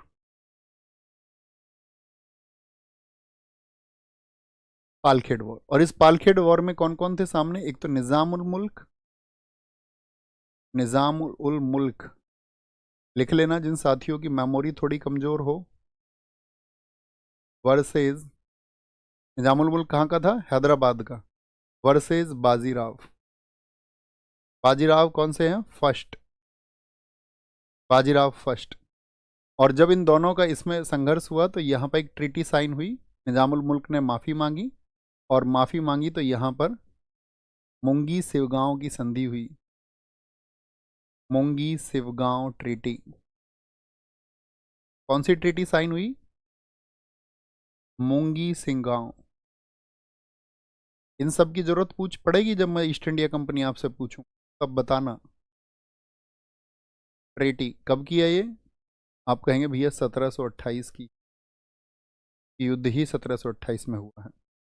तो इस बार उसने क्या किया कि भाई एक काम करते हैं, उसने कहा मैं सरेंडर करता हूं, और साहू जी को एकमात्र छत्रपति स्वीकार किया। याद रख लेना, निजाम शाही ने एकमात्र छत्रपति, उसने कहा भैया अब हम नहीं भड़काएंगे इसको, संभाजी द्वितीय को, आप अकेले हो, एकमात्र छत्रपति नहीं स्वीकार, सॉरी, एकमात्र छत्रपति स्वीकार कर लिया गया। क्लियर है बात? बोला भैया गलती हो गई थी, मेरे मुंह से निकल गई थी। अब लेकिन इसको क्या है, फिर इसको जो है आपका कुछ समय बाद में जो मुगल शासक थे वो इसको भड़काते हैं, कहते हैं यार कोई बात नहीं, हार गए तो क्या हुआ। अब ये 10 साल बाद इसने फिर मेहनत की थी, 10 साल बाद इसने फिर हिम्मत की थी, फिर से इसको हराया, फिर से। तो दोबारा 1738, ये दोनों एक साथ ही लिख लो ताकि याद रहे। 1738 में आपका दुरई सराय की संधि हुई थी, दुरई सराय संधि। ये भी किससे हुई, क्योंकि ये फिर से भड़क गया था। तो रखना निजाम से, इतना लिख लेना, या लिख लो निजाम उल मुल्क से। बाजीराव ने इससे कहा गधे, एक ही बार में समझ में आ जाए तो तुझे क्या दिक्कत है। मैं बोला भैया फिर से गलती। बोला गलती नहीं, 50 लाख रुपए दो, 50 लाख रुपए। अब 2 बार जब इतने बड़े कमांडर को हरा दिया, इतने बड़े कमांडर को जब हरा दिया, तो कहते बाजीराव प्रथम की प्रसिद्धि बहुत बढ़ी, और आपका जो मराठा शासन था उसकी भी प्रतिष्ठा बहुत हुई। और इसी के समय पर आपका, इस समय पर आप जानती हैं, मैं आपको बता चुका हूं, ये तो मैंने दोनों एक साथ लिखा दिए, तो यहाँ पे एक लिखना 1729, जो मैं बता रहा था बुंदेलखंड की हेल्प उन्होंने की मुगलों के खिलाफ। बुंदेलखंड की मदद किस वर्ष में की थी, 1729 में। 1735, 1735 में वो गए थे आपका गुजरात विजय। क्योंकि अब लक्ष्य हो चुका था कि भाई सिर्फ साउथ में काम नहीं चलेगा, अब उत्तर को भी जीतना है। मुगलों के लिए उन्होंने क्या स्टेटमेंट दिया था कि यदि इस जर्जर वृक्ष के तने पर प्रहार किया जाए तो ये शाखाएं स्वयं गिर जाएंगी। और करेज आप जानते ही हो, चीते की चाल, बाज की नजर और बाजीराव की तलवार पर संदेह नहीं करते। वो एक विजन था। तो क्या बोलेंगे, गुजरात विजय कर लिया, यानी कि आपका पश्चिम की तरफ। और फिर कहां पर आपका 1737 दिल्ली। कौन था दिल्ली में, मैंने आपको बताया था भैया, मोहम्मद शाह रंगीला था, दिल्ली जीती मोहम्मद शाह रंगीला के समय। एक और वर्ष लिखना 1739, पुर्तगालियों को हराया। ये सब वर्ष पूछे जाते हैं। पुर्तगालियों को हराया, और पुर्तगालियों ने क्या कहा था, पुर्तगालियों को हराया। और आपका यहां पर एक ट्रीटी साइन हुई थी, बसीन की ट्रीटी, बसीन की संधि। इन्होंने भी माफी मांगी, पुर्तगालियों ने भी। यहां पर जब दिल्ली जीती तो मुगलों से भी संधि हुई। मुगलों ने कहा कि भैया आप ही छत्रपति हैं। अब क्या होगा जब संपूर्ण भारत किसी व्यक्ति को छत्रपति स्वीकार कर रहा है, तो उस समय थोड़ा सोच के देखिए क्या ऑरा रहा होगा एक पर्सन का, क्या चर्चाएं रही होंगी। और मुगलों ने एक बात इनसे कही कि ठीक है हम तुमसे संधि करते हैं, लेकिन जब कभी हमें तुम्हारी जरूरत पड़ेगी तो तुम भी हमारा साथ दोगे। ये जो मुगलों से संधि हुई थी मराठों की, ये इनके लिए फिर बाद में चिंता का कारण भी बनी। ठीक है, क्योंकि कुंभेर में जब आपका जाट राजा सूरजमल विद्रोह कर रहे थे मुगलों के खिलाफ में, जिनको जाटों का प्लूटो भी हम कहते हैं, तो राजा सूरजमल के खिलाफ ही घेरा डाल दिया था मराठों ने। इसी वजह से क्या हुआ था, उन्होंने जो विश्वास जाटों का प्राप्त करना चाहिए था मराठाओं को, वो उन्होंने खो दिया। उसकी बात हम अभी आपके करेंगे आगे चल के, किसके समय पर यह हुआ। तो 1737 में उन्होंने दिल्ली जीती, गुजरात विजय। ये बात क्लियर है, पहले इसके लिए थम्स अप करके बताएं मुझे। दिल्ली जीती, तो आप समझ गए अभियान जबरदस्त है उस समय के। भैया साहू जी महाराज कहाँ गए, साहू जी महाराज कहाँ गए। साहू जी महाराज बताया नहीं, 1707 से लेकर के और 1749 तक छत्रपति हैं। वो तो बैठे हुए आराम से गद्दी पर, लाइक राष्ट्रपति। बाजीराव प्रथम प्रधानमंत्री की तरह काम कर रहे हैं, भाषण भी देना है, लोगों से कुछ झूठ भी बोलने हैं, कहीं पे कूटनीति भी करनी है, कहीं पे लोगों को बुद्धू भी बनाना है, टेलीप्रॉम्प्टर पे कुछ देख के कुछ बोलना भी है। वो प्रधानमंत्री की तरह है। वो तो छत्रपति साहूजी महाराज अभी कहाँ 49 तक, अभी तो हम उनका समय पे बाजीराव प्रथम को पढ़ रहे हैं, बाजीराव प्रथम, क्योंकि वो 1740 तक है। ठीक है, अब आएंगे 1740 में इनकी बीमारी की वजह से क्या हो गई, डेथ हो गई 1740 में। तो फिर बनते हैं तीसरे पेशवा। तीसरे पेशवा लिख लिया करो इन चीजों को। अगर मैं कार्यकाल लिख रहा हूं ना, यहाँ पे आपका लिखा था ना मैंने 1720 से 40, कहाँ गया, ये रहा। यानी 1740 में इनकी डेथ हो गई थी। ओके, कॉमन समझ तुम्हारे अंदर होनी चाहिए। तीसरे पेशवा बने बालाजी बाजीराव।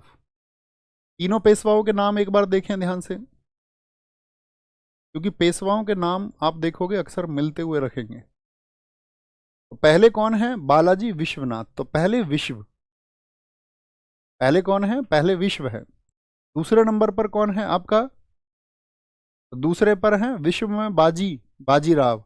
और तीसरे पे कौन है, बालाजी जोड़ दो, बालाजी का पहला नाम बालाजी विश्वनाथ का, और दूसरे वालों का जोड़ लो बाजीराव। तो पहले दो का नाम इकट्ठा मर्ज कर दो। ठीक है, तो बालाजी बाजीराव, बालाजी बाजीराव जो गद्दी पर बैठे 1740 से 61, 1740 से 61 इसके समय पर पेशवा है ये। एक तो साहू जी महाराज, यानी कि साहू जी महाराज कब तक है, तो 1749 तक। अभी उनको साहू जी महाराज को बताएंगे, 49 आएगा तब बताएंगे ना उनके बारे में। ओके, तीसरे पेशवा। अब इनके बारे में इंपॉर्टेंट बात क्या है कि तीसरे पेशवा जो बालाजी बाजीराव थे, इनके पुत्र का नाम याद रखना है आपको। पुत्र, इनके पुत्र का नाम था विश्वास राव, विश्वास राव। ठीक है, और विश्वास राव का जन्म ही हुआ था आपका 1741 में। पुत्र, इनके जो साथी आपका विश्वास राव के जो चचेरे भाई थे, यानी बालाजी बाजीराव के जो पुत्र थे, उनके विश्वास राव के जो भाई है उनका नाम था आपका सदाशिव राव भाव। और बालाजी बाजीराव के जो भाई हैं, बाजीराव के जो भाई हैं, भाई का नाम क्या है फिर, भाई का नाम है आपका रघुनाथ राव, रघुनाथ राव। तो इनके बेटे थे सदाशिव राव। ठीक है, यहां पर हुआ क्या, तो बालाजी बाजीराव जब गद्दी पर बैठे तो उनकी उम्र थी 18 वर्ष। और हैं कौन ये बालाजी बाजीराव, तो ये है आपका बाजीराव प्रथम का पुत्र, बाजीराव प्रथम के पुत्र हैं। बात क्लियर है, कौन है पुत्र। जो मराठा शासन बाजीराव प्रथम ने बहुत मजबूत किया था, उसी क्रम को इन्होंने आगे बढ़ाया। 1752, 1752 वह वर्ष है जब कहते हैं मराठा शासन अपने चरम पर पहुंच गया था, यानी अपने पीक पर, जैनिथ पर, पैरामाउंट पर, शिखर पर पहुंच चुका था। तो 1752 किसका समय है, पेशवा ही है। लेकिन इसी के समय पर आपका मराठा शासन का पतन भी हुआ। पतन होने के कारण क्या थे कि अब ये सारी पॉलिटिक्स में आपका इंटरेस्ट लेने लगे, यहां भी देखना है, वहां भी देखना है, वहां भी देखना है। अब मान के चलो मुझे अपनी विधानसभा देखनी है तो मैं अपनी विधानसभा पर ही फोकस करूंगा ना, अगर मेरी सही नीयत है तो। सिर्फ थोड़ी सी चीजों को आप सॉर्ट आउट कर सकते, आप सारी चीजों को सॉर्ट आउट नहीं कर सकते। तो इन्होंने क्या किया फिर, मारवाड़ में जो उत्तराधिकार का युद्ध चल रहा था उसमें जाके अपनी गर्दन घुसो दी। हाँ जी, इसको बनना चाहिए, इसको बनना चाहिए, तो मारवाड़ का विश्वास खो दिया। जयसिंह की डेथ हो गई, सवाई जयसिंह। उनकी डेथ के बाद में जो आपका वहां पर जयपुर में जो उत्तराधिकार का युद्ध था उसमें जाकर के इन्होंने इंटरफेयर किया। जाटों के विरुद्ध, यानी राजपूतों का तो अपना जो समर्थन इनको चाहिए था वह खो दिया। प्लस में दूसरी चीज क्या हुई, दूसरी चीज ये हुई कि जो अन्य जातियां थी, जैसे कि मैंने कहा राजपूतों का तो मारवाड़ और जयपुर में, जाटों का आपका भरतपुर के आसपास में, सूरजमल, उनका विश्वास इन्होंने खो दिया। उनके खिलाफ ही इन्होंने एक घेराबंदी की, डेरा डाला। अब उसके कारण बहुत सारे लोग अलग अलग बताते हैं। वो ये कहते हैं कि नहीं, काउंटर लगाते हैं उस बात पे, भाई उन्होंने तो ऐसा किया था, वहां पे एक मंदिर की छत को तोड़ दिया था, इसलिए विरुद्ध हुए थे। बफ बफ बफ बफ, देखो एक बार।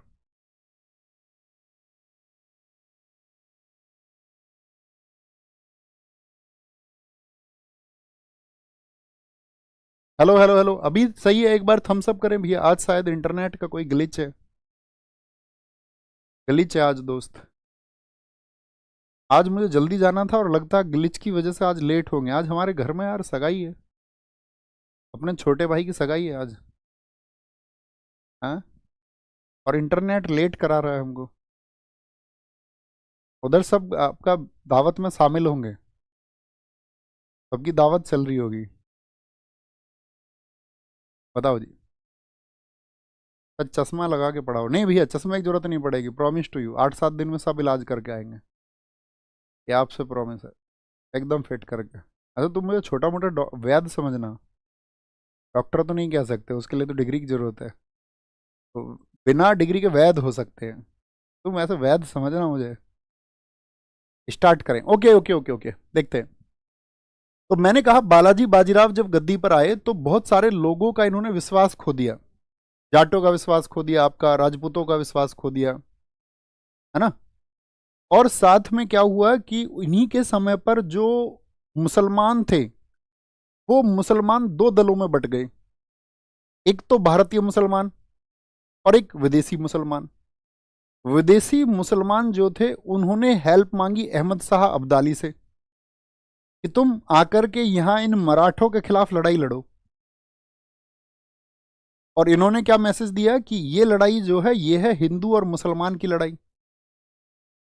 तो जिन हिंदुओं को इनका साथ देना चाहिए था उन हिंदुओं से इनके टर्म्स अच्छे रहे नहीं। भाई अगर तुम महाराष्ट्र से, जैसे पानीपत थर्ड हुआ, तो महाराष्ट्र से ये लोग कहाँ आए लड़ने? पानीपत में, हरियाणा में। तो दक्षिण से उत्तर आए। अब साउथ के लोग इसीलिए तो नाराज रहते हैं नॉर्थ के लोगों से। वही कहते जब हम वहां गए थे 2000 किलोमीटर लड़ने, तो तुमने अपना फोन ऑफ कर लिया था। और बनते तुम बहादुर हो उत्तर भारत के सारे लोग, तुम ऐसे पेश आते हो कि तुमसे बड़ा कोई क्षत्रिय है ही नहीं। तब कहाँ थे तुम जब हमने फोन किया था? हेलो, लड़ाई में चल रहे हैं। उसने फोन ही नहीं उठाया दोबारा, समझ रहे? तो तो क्योंकि इन्होंने वहां पर वो विश्वास खो दिया था। अब देखेंगे थर्ड पेशवा। तो थर्ड पेशवा के टाइम पे क्या हुआ, दो एक छोटी सी चीज याद रख लेना कि आपको याद रहेगी। तो इसने क्या किया, इसने राजपूतों का, जाटों का, इन दो उन सशक्त जातियों का समर्थन खो दिया जो उत्तर भारत में रूल करने के लिए जरूरी थी उस समय पर, जो राजनीतिक रूप से मजबूत थे या आपका सैनिक रूप से मजबूत थे, अगर इनका साथ ये लेते।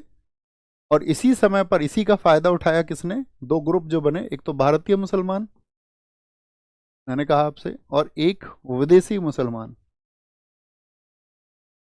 जितने भी विदेशी मुसलमान थे उन सब ने किसको इनवाइट किया? विदेशी मुसलमानों ने किसको इनवाइट किया? इन्होंने इनवाइट किया साथी आपका अहमद शाह अब्दाली। किस देश का था अहमद शाह अब्दाली? अहमद शाह अब्दाली।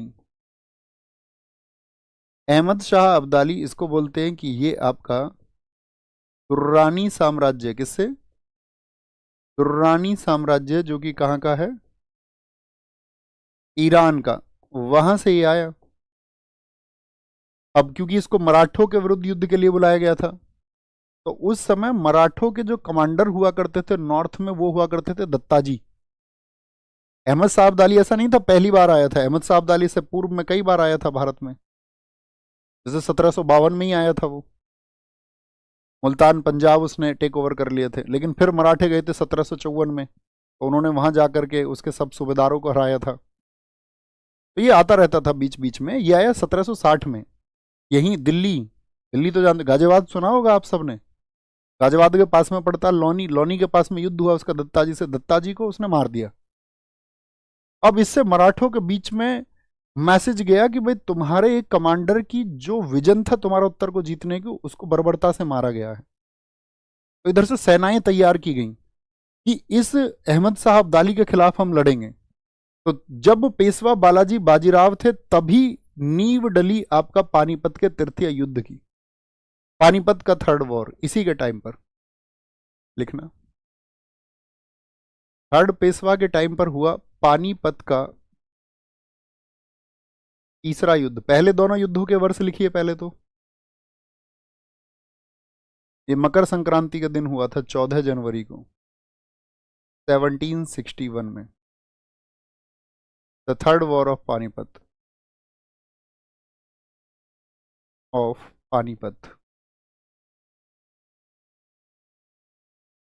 पानीपत का तीसरा युद्ध बहुत महत्वपूर्ण है। पहले दो वर्ष लिखिए, आप सारे लोग जानते हैं। 1526 बाबर की एंट्री हुई, मुगल भारत में एंट्री कर गए थे पानीपत के पहले से। वो मुगल जो कमजोर हो गए, जिनके शासन की किसी को उम्मीद नहीं बची थी, अकबर एंट्री कर गया 1556 से बैरम खां की चालाकियों से। आप सब जानते हैं किस तरह उसने प्रवेश किया, सबको याद है ना। ये हुई ना अच्छे स्टूडेंट्स की पहचान। ये जो फैक्ट है ना छोटे छोटे, ये तो तुम उड़ा दोगे।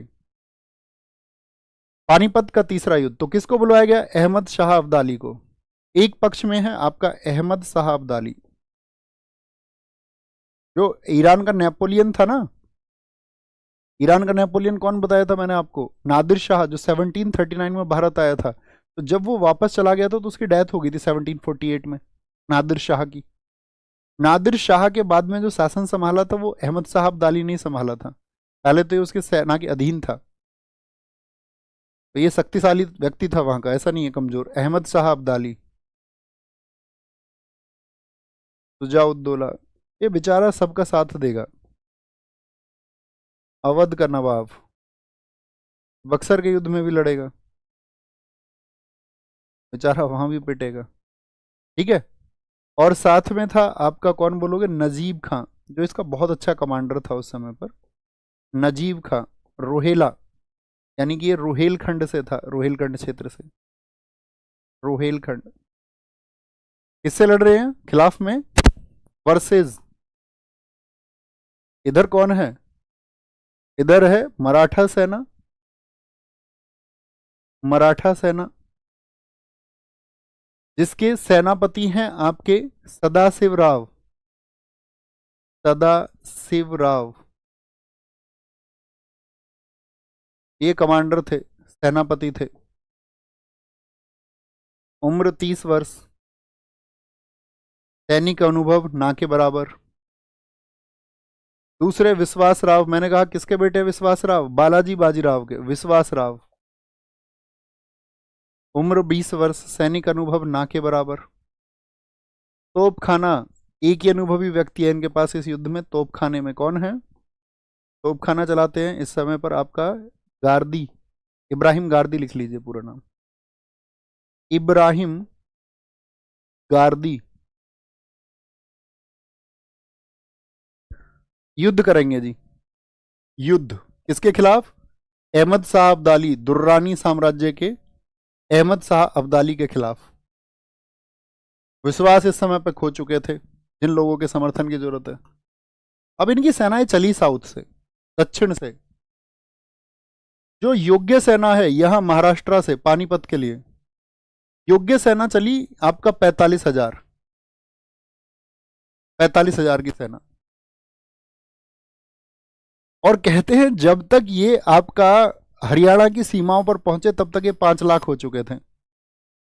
इनके साथ लोग हो लिए अपने आपस में। हाँ जी कहाँ जा रहे हो? बोले नॉर्थ इंडिया जा रहे हैं। बोले नॉर्थ इंडिया के मंदिर देखेंगे यार। इनके साथ में कहते हैं बहुत सारे नौकर, बहुत सारी स्त्रियां, बहुत सारे किसान जिन्होंने कभी लाठी भी नहीं चलाई, ऐसे बहुत सारे लोग इनके साथ हो चले। वो संख्या हो गई 5 लाख। अब 5 लाख की सेना को तो बहुत सारा भोजन भी चाहिए खाने के लिए। अहमद शाह अब्दाली के पास ट्रेंड 60,000 सैनिक है, तोपची हैं उसके पास में, गोला चलाने, बंदूक चलाने वाले लोग हैं, अच्छे घुड़सवार है उसके पास में, अच्छा ऊंटों पर सवार है। ये इसको लाइट में ले रहे हैं। ये कह रहे हैं हम तो कोई दिक्कत ही नहीं है, युद्ध को जीत जाएंगे। देखो इनके बेटे हैं। ऐसा नहीं होता घर में, तुमने देखा हो कि कोई ये सोचता है कि यार एक काम करते हैं अपने बच्चे को गाड़ी चलानी सिखा देते हैं। जैसे जिनके घर में ट्रैक्टर होता है वो छोटे बच्चे को सिखा देते हैं ना कि कल काम आएगा, ट्रैक्टर चलाना सीख जाएगा। तो इनको भी ये लग रहा है कि ये कल को तो इनको ही संभालना है, पेशवाई, तो सीख जाएंगे युद्ध वुद्ध लड़ना। अब इतनी बड़ी सेना लेके गए, कहते कि इस टाइम पे अगर रास्ते में इनको मिले सूरजमल जी, सूरजमल जी का प्रभाव था मथुरा क्षेत्र में, अब तुम उत्तर में जा रहे हो तो उनकी मदद लोगे ना। तो कहते इस समय इनको सदाशिवराव इतना घमंड हो चुका था अपनी सेना के ऊपर, इन्होंने कहा था कि अगर तुम भी जाके उनकी सेना में मिल जाओगे तो भी हमें कोई दिक्कत नहीं है। उनका ठीक है, लड़ लो फिर। वही सूरजमल इतने उदार हुए कि जब युद्ध हुआ, पानीपत का तीर्थ युद्ध 14 जनवरी सुबह 9 बजे से शुरू हुआ, और कहा जाता है कि अगर फर्स्ट वर्ल्ड वॉर और सेकंड वर्ल्ड वॉर को छोड़ दिया जाए, क्योंकि फर्स्ट वर्ल्ड वॉर में लोग मरे 1 करोड़, सेकंड वर्ल्ड वॉर में लोग मरे 5 करोड़, सिंगल डे में कहीं पर यदि सबसे ज्यादा लोग मरे हैं किसी युद्ध में, वॉर की बात कर रहा हूं मैं, तो पूरी दुनिया में पानीपत का तीसरा युद्ध है।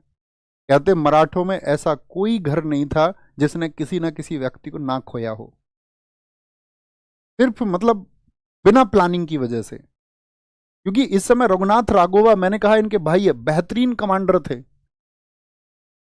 बेहतरीन, लेकिन उनको नहीं भेजा बालाजी बाजीराव ने।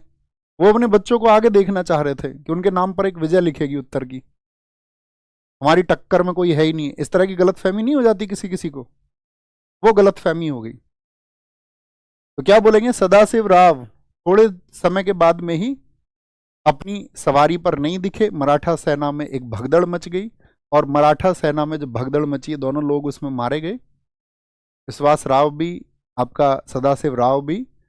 और वो घायल सेना जब लौट रही थी तो सूरजमल जी ने उनका इलाज और उपचार कराया सबका, इतनी उदारता उनकी वहां पर दिखी। बात क्लियर है ये सारी। पानीपत का तीसरा युद्ध कौन, ये पक्ष क्या हुआ, ये पक्ष हो गया आपका विजयी। कौन थे इस समय पर आपका तीसरे पेशवा, बालाजी बाजीराव हैं, बालाजी बाजीराव, ये बात याद रखेंगे। ओके, अब बीच में क्या हुआ, यहां पर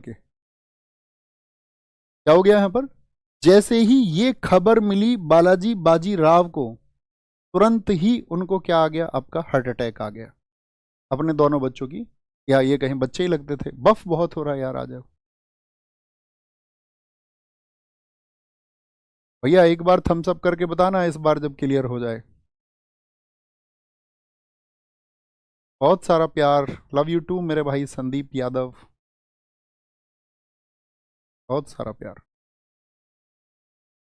वारना संधि उज्जवल, वारना वारना, अभी क्लियर है यार, इंटरनेट बहुत परेशान कर रहा है।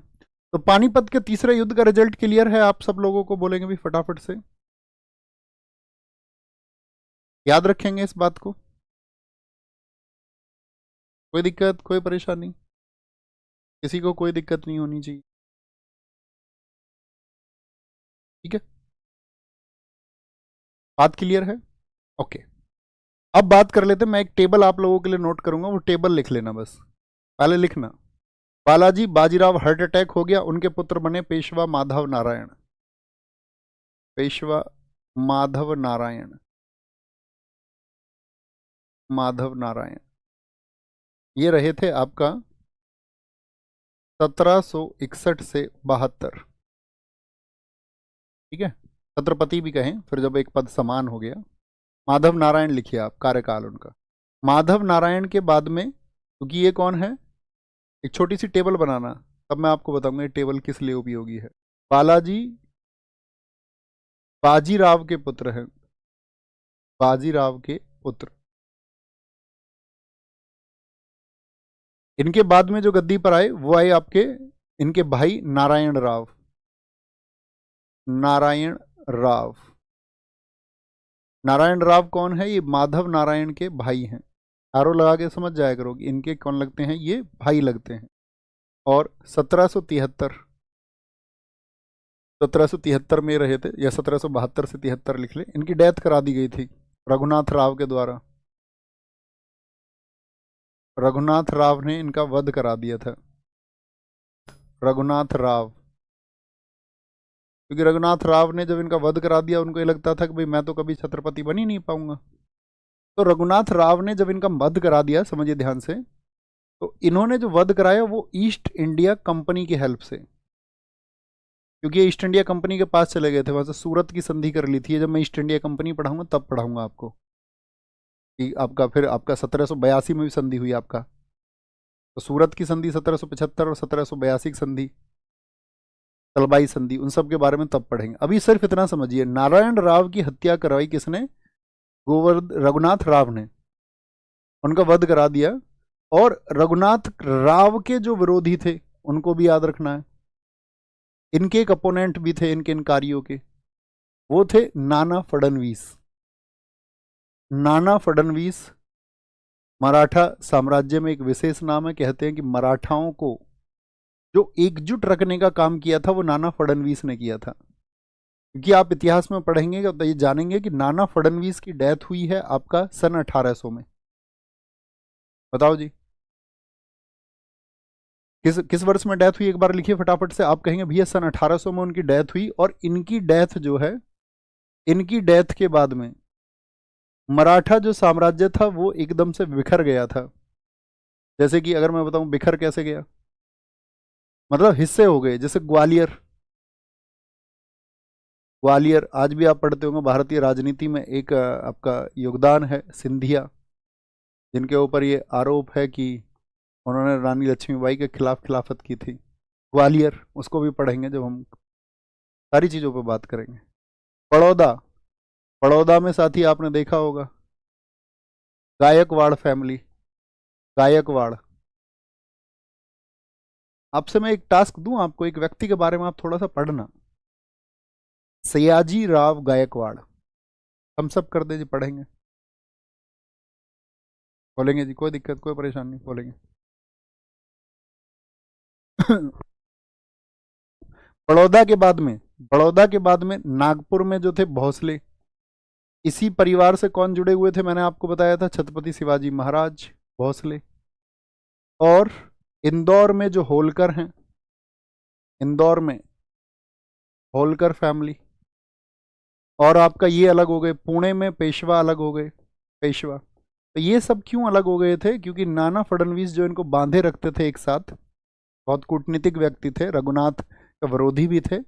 उनकी मृत्यु के बाद में इनमें क्या हो गया था, सब लोग बट गए थे। तो रघुनाथ राव ने जब वध कर दिया तो यहां पर अंग्रेजों की हेल्प ली। और बीच में कौन आ गए आपका? यहां पर नारायण राव के बाद में आए इनके पुत्र, ऐसे लिख लो, एरो से थोड़ा दिक्कत होती है। इनके जो पुत्र आए उनका नाम है माधव राव, माधव राव नारायण सेकंड।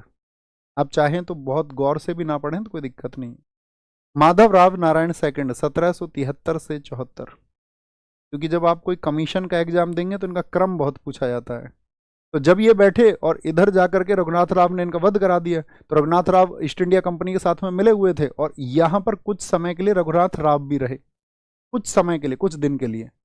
लेकिन मुख्यतः फिर आया आपका माधव राव सेकंड, माधव राव सेकंड। ये फ्लो चार्ट बनाओ पहले, 1774 से 95। माधव राव सेकंड के बाद में रहे थे बाजीराव सेकंड, बाजीराव सेकंड। क्योंकि जब हम ईस्ट इंडिया कंपनी को पढ़ेंगे ना तब इसकी बहुत जरूरत पड़ेगी। मैं आपसे पूछूंगा उस समय कौन थे शासक। बाजीराव सेकंड के अपने पुत्र नहीं था, इन्होंने एक बेटे को गोद ले लिया था। बाजीराव सेकंड के दत्तक पुत्र का नाम है आपका नाना साहेब। क्या नाम है? नाना साहेब। यही नाना साहेब होंगे जो 1857 की क्रांति में आपका संघर्ष करेंगे, क्योंकि अंग्रेज इनको पेंशन दे करके भेज देंगे। कोई दिक्कत? भैया एक बार वारणा संधि को देख लीजिए, 1731 उसकी डेट है। हाँ जी दोस्त, 1731 ही होगी। वारणा संधि जो संभाजी द्वितीय से हुई 1731 में हुई। क्या हमने कुछ और वर्ष लिख लिया उसका? 1721, सॉरी, रियली सॉरी भैया, इसको एक बार करेंगे। इसको वारणा बोले या वरना संधि बोले, 1731 में हुई है। क्योंकि मैंने आपको बताया था 1728 1724 में आपका निजामुल मुल्क बना था, तो उसने अपने उत्तराधिकारों के लिए संभाजी द्वितीय को भड़काया था, वे अपने उत्तराधिकारियों की मांग करो। और अपने उत्तराधिकारों की मांग के लिए जब वे खड़े हुए तो वरना में युद्ध हुआ था फिर 1731 है। नाना साहब का संबंध कहाँ से था भैया बताएं? 1857 की क्रांति में, जिन साथियों ने पढ़ रखा हो इतिहास को तो। तो ये हमारी जर्नल चीजें हैं। अभी हमारी कुछ चीजें जो हैं मराठा साम्राज्य की, वो हम समझ पाएंगे किसके साथ में, मराठा साम्राज्य की कुछ चीजों को हम समझ पाएंगे। उससे पहले हमको समझना होगा ईस्ट इंडिया कंपनी को, और जब हम ईस्ट इंडिया कंपनी कैसे फैली तभी हम कर्नाटक के राज्यों को समझेंगे। मराठा में अंग, जैसे हम बोलेंगे बर्मा में उन्होंने कंट्रोल किया, तो बर्मा में उस समय की क्या राजनीति थी, या आपका सिखों से उन्होंने आप संघर्ष किया, तो सिखों में अगर हम बात करेंगे सिखों के समय पर उनका क्या आपका प्रभाव था, समझ रहे हैं। हम सब करें मेरे बात भैया, कानपुर में थे नाना साहब, हाँ जी। 1857 के सिलेक्शन में हम समझेंगे भैया। मेरा सिलेक्शन उत्तर प्रदेश पुलिस में हुआ है, 142 रैंक है। अच्छी बात है दोस्त, बहुत शुभकामनाएं, ऐसे ही सफल होते रहिए। आपके बहुत सारे साथी हैं इसी कक्षा को देखने वाले जो बहुत सफल हैं, तो बहुत जगह आपका ऑन जॉब है, बहुत सारे। अभी बहुत सारे स्टूडेंट्स उसमें हैं कि आपका यूपीएसआई के लिए तैयारी कर रहे हैं, पहले से सिलेक्टेड बहुत सारे लोग हैं। अन्य पदों के लिए तैयारी कर रहे हैं, सीजीएल का एग्जाम देने वाले बहुत सारे लोग हैं जो पहले से सीएचएसएल में सेलेक्ट है, एमटीएस में सेलेक्ट है, बहुत सारे। बार किस किस का सिलेक्शन हुआ था बताओ यूपी पुलिस में, बहुत सारे बच्चों। 10-20 हजार मैसेज तो मेरे पास आए होंगे कसम से, सिर्फ मेरे पास, and I have the proofs. Okay, बहुत बढ़िया बहुत बढ़िया ठीक है, यहां पर आंसर करें जरा कुछ चीज। औरंगजेब की मृत्यु के समय मराठा नेतृत्व किसके पास में था, फिर दावत में जाना है यार, थोड़ा जल्दी कर लो। किसके पास था भैया, ताराबाई जी के पास में था। पंत प्रतिनिधि और हुकूमत पनाह नामक दो पदों की अवधि किसके अष्टप्रधान में जोड़ी गई, इसको किसने जोड़ा था, राजा राम जी ने जोड़ा था। अच्छा, कक्षा की डेट और लिख देना, आपको पता है ना क्लास कब होगी। अब जो हम आपका आधुनिक इतिहास शुरू कर रहे हैं वो किस डेट से शुरू कर रहे हैं, मैंने पिछली क्लास में भी आपको बताया था। इतने दोस्त अपना रिवीजन वगैरह सब कुछ करके और एकदम से तैयार रहना, है ना। एक घर का हमारा प्रोग्राम भी हो जाएगा 3-4 दिन का, जो भाग दौड़ है 28 ओके ठीक है, फिर ठीक है, मंडे है ना, क्योंकि 21 को शादी है तो मंडे से फिर इसको कंटिन्यू नहीं कर सकते। और 22 में फिर 21 की शादी का मतलब रात को जागना, तो 22 में फिर आपका अगले दिन आपको पता ही है। फिर बीच वीक से अच्छा है कि आपको वो टाइम दे दिया जाए कि आप एक रिवीजन कर लें अच्छे से, उसकी चिंता नहीं करना। ओके, तो क्या बोलेंगे, साहू जी ने मुगलों को कब रिहा किया था, 1707 में। निम्नलिखित पेशवाओं के शासनकाल पर विचार करिए और उन्हें कालक्रमानुसार लगाइए। कौन से पेशवा कब हुए, कौन से पेशवा कब हुए, जरा देखेंगे यहां पर। तो क्या है भैया, बालाजी विश्वनाथ तो सबसे पहले ही हैं, एक तो सभी में है, एक ऑप्शन को हटा देंगे। अभी पूछा गया यूपीपीसीएस प्रीलिम्स रिसेंट वाले में। फिर आपके आए बाजीराव प्रथम, ये 1713-1720 थे, ये 1720 से 1740 थे। फिर कौन आए आपका बताएंगे, फिर माधव राव प्रथम और उनके बाद में नारायण राव आए थे, यानी कि 1 2 4 3 बनेगा। ऑप्शन ए एकदम सही है। बाजीराव प्रथम या बाजीराव बल्लाल के पुत्र कौन थे, बाजीराव प्रथम के पुत्र का क्या नाम है, तो मैंने बताया था बाजीराव प्रथम के पुत्र का नाम है उनके पिता और दादा दोनों के नाम पर, तो बालाजी विश्वनाथ। ठीक है, बालाजी विश्वनाथ थे, बोलो हाँ जी भैया, दोनों के नाम पर है, पिताजी और दादाजी के नाम पर। निम्नलिखित पेशवाओं पर विचार कीजिए और उन्हें आरोही क्रमानुसार। देखो रघुनाथ राव कंसीडर करना, कुछ समय के लिए रहे थे राघोबा, इनकी कहानी सुनाऊंगा मैं जब ईस्ट इंडिया कंपनी की जब पहली संधि के बारे में बताऊंगा ना, 1775 को ट्रीटी, 3 युद्ध हुए हैं अंग्रेजों और मराठाओं के बीच में, वो ईस्ट इंडिया कंपनी के एक्सपेंशन के टाइम पे पढ़ेंगे। अभी तुम ये मत सोचना किसी एक टॉपिक के लिए कि भैया इस टॉपिक में ये चीज़ तो मिस थी, तो इसका मतलब अगर मैंने उसको छोड़ा है तो इसीलिए छोड़ा होगा कि उसके लिए जो जरूरी घटनाक्रम आपको पहले समझना है वो समझ लेना होगा।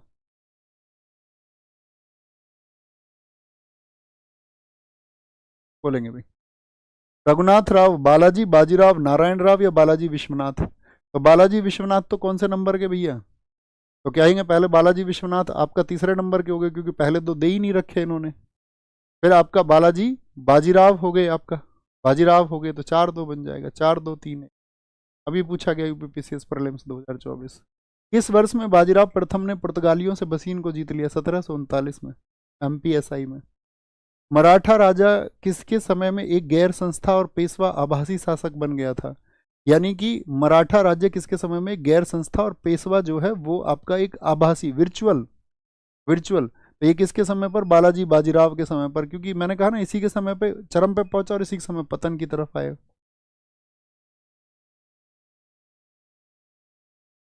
हाँ, बालाजी बाजीराव एकदम सही होगा। शिवाजी के बाद गुरिल्ला रणनीति के सर्वश्रेष्ठ प्रतिपादक वो आपका बाजीराव प्रथम है। इन्होंने देखो जो गुरिल्ला नीति है हमारे देश में, उसको अगर मैं कहूँ मराठाओं में किसने अप्लाई किया था सबसे पहले? छत्रपति शिवाजी महाराज जी ने। छिप के छापा मार की बड़ी सेना को कैसे टेकल किया जाए। लेकिन इससे पहले ये नीति किसकी थी? तो वो महाराणा प्रताप जी की भी नीति थी। उन्होंने जो मुगलों से संघर्ष किया था तो वो इसी नीति से किया था, इसीलिए महाराणा प्रताप जी को माना जाता है कि वो छापामार नीति के अग्रणी है, छापामार पॉलिसी के। पानीपत की तीसरी लड़ाई में निम्न में से किन दो के बीच लड़ाई लड़ी गई थी? तीसरी लड़ाई में मराठा और दुर्रानी साम्राज्य। 20 साल की उम्र के शासनकाल में बाजीराव को पेशवा के रूप में नियुक्त किया गया था। किसके पेशवा बने थे? बाजीराव छत्रपति साहू के बने थे। कानपुर के विद्रोही नाना साहब निम्नलिखित में से किस पेशवा के पुत्र थे? तो वो किसके पुत्र हैं बताएं भैया? बाजीराव सेकंड के, इनके दत्तक पुत्र है। इनको अंग्रेज पेंशन दे के भेज देंगे, तभी चर्चा करेंगे 1857 क्रांति में, बहुत मजा आएगा। आधुनिक इतिहास में आपको आधुनिक भारत को समझने में मदद मिलेगी। कांग्रेस क्या है, कांग्रेस की विचारधारा क्या है, आप समझ पाओगे, इसी पे हम समझेंगे। धर्म के नाम का जो संघर्ष शुरू हुआ वो इसी समय हुआ, जो हमारी कुप्रथाएं खत्म हुई वो इसी समय पर हुई। कैसे हिंदू मुस्लिम के बीच में एक खाई बनाई गई, क्या सच में वो खाई मौजूद है या नहीं है?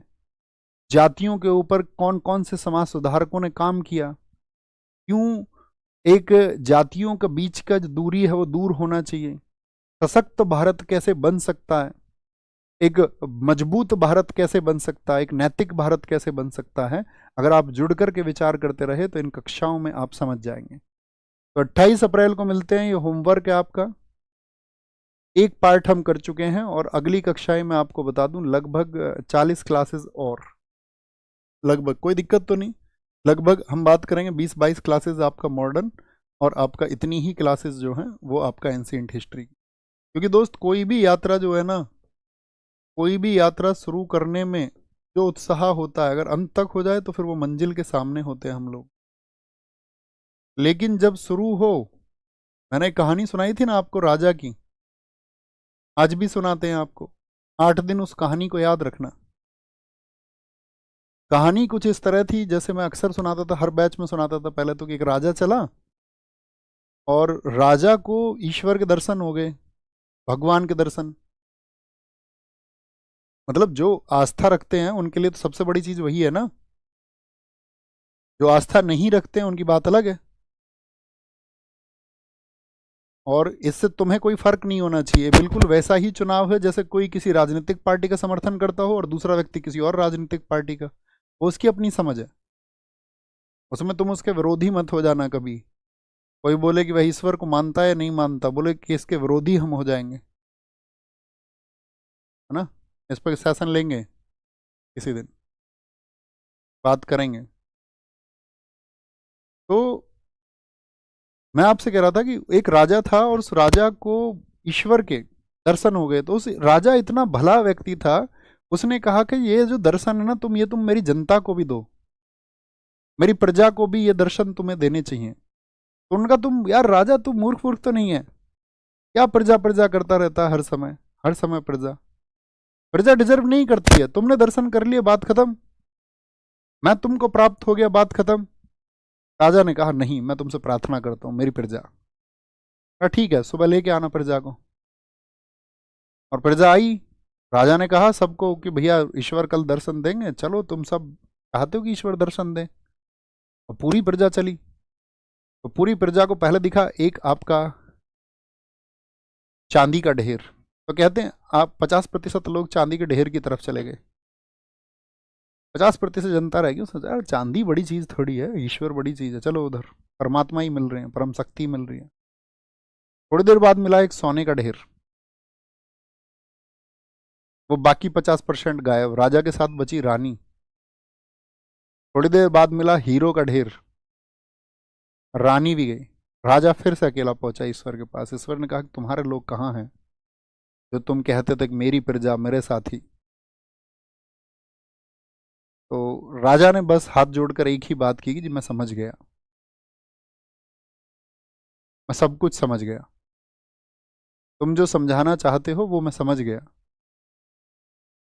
कि शुरुआत में हम सब उत्साही होते हैं, लेकिन मंजिल क्या हमारा उद्देश्य है, हम उसको पाने के लिए अपना सर्वस्व लगाते हैं? क्या आप अपने सिलेक्शन होने के लिए, अध्ययन को करने के लिए अपनी बाकी उन गैर जरूरी चीजों को छोड़ सकते हैं? आप अपने भविष्य निर्माण के लिए क्या उन गैर जरूरी चीजों को छोड़ सकते हैं जो आपकी योजना में आड़ा आती हों या आपका समय जो खराब करती हों? एक विद्यार्थी को कहते हैं अपने समय का पाबंद होना चाहिए, क्योंकि जिनके बारे में तुम सोच रहे हो ना, वो इधर उधर कहीं ना कहीं हो जाएंगे। और अगर तुम्हारे बहुत करीबी लोग हैं और तुम ये विश्वास करते हो कि वो किसी भी क्षण तुमसे अलग नहीं होंगे, तो फिर वो तुम्हारे लिए खुश होंगे कि तुम भविष्य के अपने निर्माण की योजना में व्यस्त हो। वो कभी तुमसे दूर नहीं होंगे। जो तुम्हारे सच्चे साथी होंगे वो हमेशा इस बात के लिए आपको प्रेरित करेंगे। और यदि कोई इस बात से दूर होता है तो इसका मतलब है कि उसका हो जाना ही उचित था, या उसका दूर हो जाना ही उचित है। अंततः विजय तो साथी आपको ये अकेले तय करनी होगी। पार्थ, शुरुआत करके मंजिल तक पहुंचने का जो जुनून है वो तुमको बनाए रखना होगा, हर पल बनाए रखना होगा। उस सोने के ढेर, उस चांदी के ढेर, उस हीरे के ढेर, यानी कि वो बाधाएं हैं, और वो किसी भी रूप में हो सकते हैं, चाहे सोशल मीडिया के रूप में, चाहे अनावश्यक घंटों को खर्च करने, चाहे बेवजह की बातें को समय खर्च करने, वो कुछ भी हो सकता, वही रूप है। ये सिर्फ एक उदाहरण मात्र है, ये सिर्फ संकेत मात्र है। और आप मंजिल तक पहुंचोगे या नहीं, वह भी संकेत मात्र है, ईश्वर के रूप में है वह मंजिल। आपका उद्देश्य क्या है, आपका ऑब्जेक्टिव क्या है जिंदगी में? आपके लिए सबसे बड़ी चीज वो होनी चाहिए कि अंततः आप क्या चाहते हो, और वो तुम्हें हासिल करने के लिए संघर्ष करना चाहिए। अंततः मैं भी कुछ चाहता हूँगा, अंततः आपको भी कुछ चाहना चाहिए। मैं जो चाहता हूँ दोस्त, मैं उसे प्राप्त करके रहूँगा, और आप जो चाहते हो, मैं उम्मीद आपसे भी करूँगा, आप उसे प्राप्त करेंगे। यही जीवन है, और सांसारिक जीवन तो बिल्कुल यही है। ख्याल रखिए। नमस्ते। जो मैंने सोचा है इस विचार करना, इस पर 2 शब्द लिखना अपने, आप क्या समझते हैं, होमवर्क लिखना। और अभी तक जो हमने मिडेवल हिस्ट्री को पढ़ा उसके बारे में आपका क्या कहना है, आपके क्या कहने का बात है, कि आपको क्या समझ में आया, इसमें चीज़ें समझ में आई मैंने जो डिलीवर किया। क्योंकि हम सभी परीक्षाओं को ध्यान में रखते हुए चल रहे हैं। एसएससी हमारा प्राइम ऑब्जेक्टिव है। एसएससी में 2025 का जो ये एग्ज़ाम होगा साथी, मैं ये कहता हूँ कि इसमें अपने छात्र बहुत मजबूती से इस बार संघर्ष करने वाले हैं, क्योंकि समय एसएससी परीक्षा के लिए और थोड़ा सा आप लोगों के लिए मिल गया है, बढ़ गया है। लगभग शायद 25 दिन या 1 महीने का समय और ज़्यादा आपको मिलने वाला है। तो मैं उम्मीद करूँगा वो सिलेक्शंस इस बार तुम्हारे होंगे, और आप अपने भाई को, इस टीम को निराश नहीं। Thank you. नमस्ते। जय हिंद।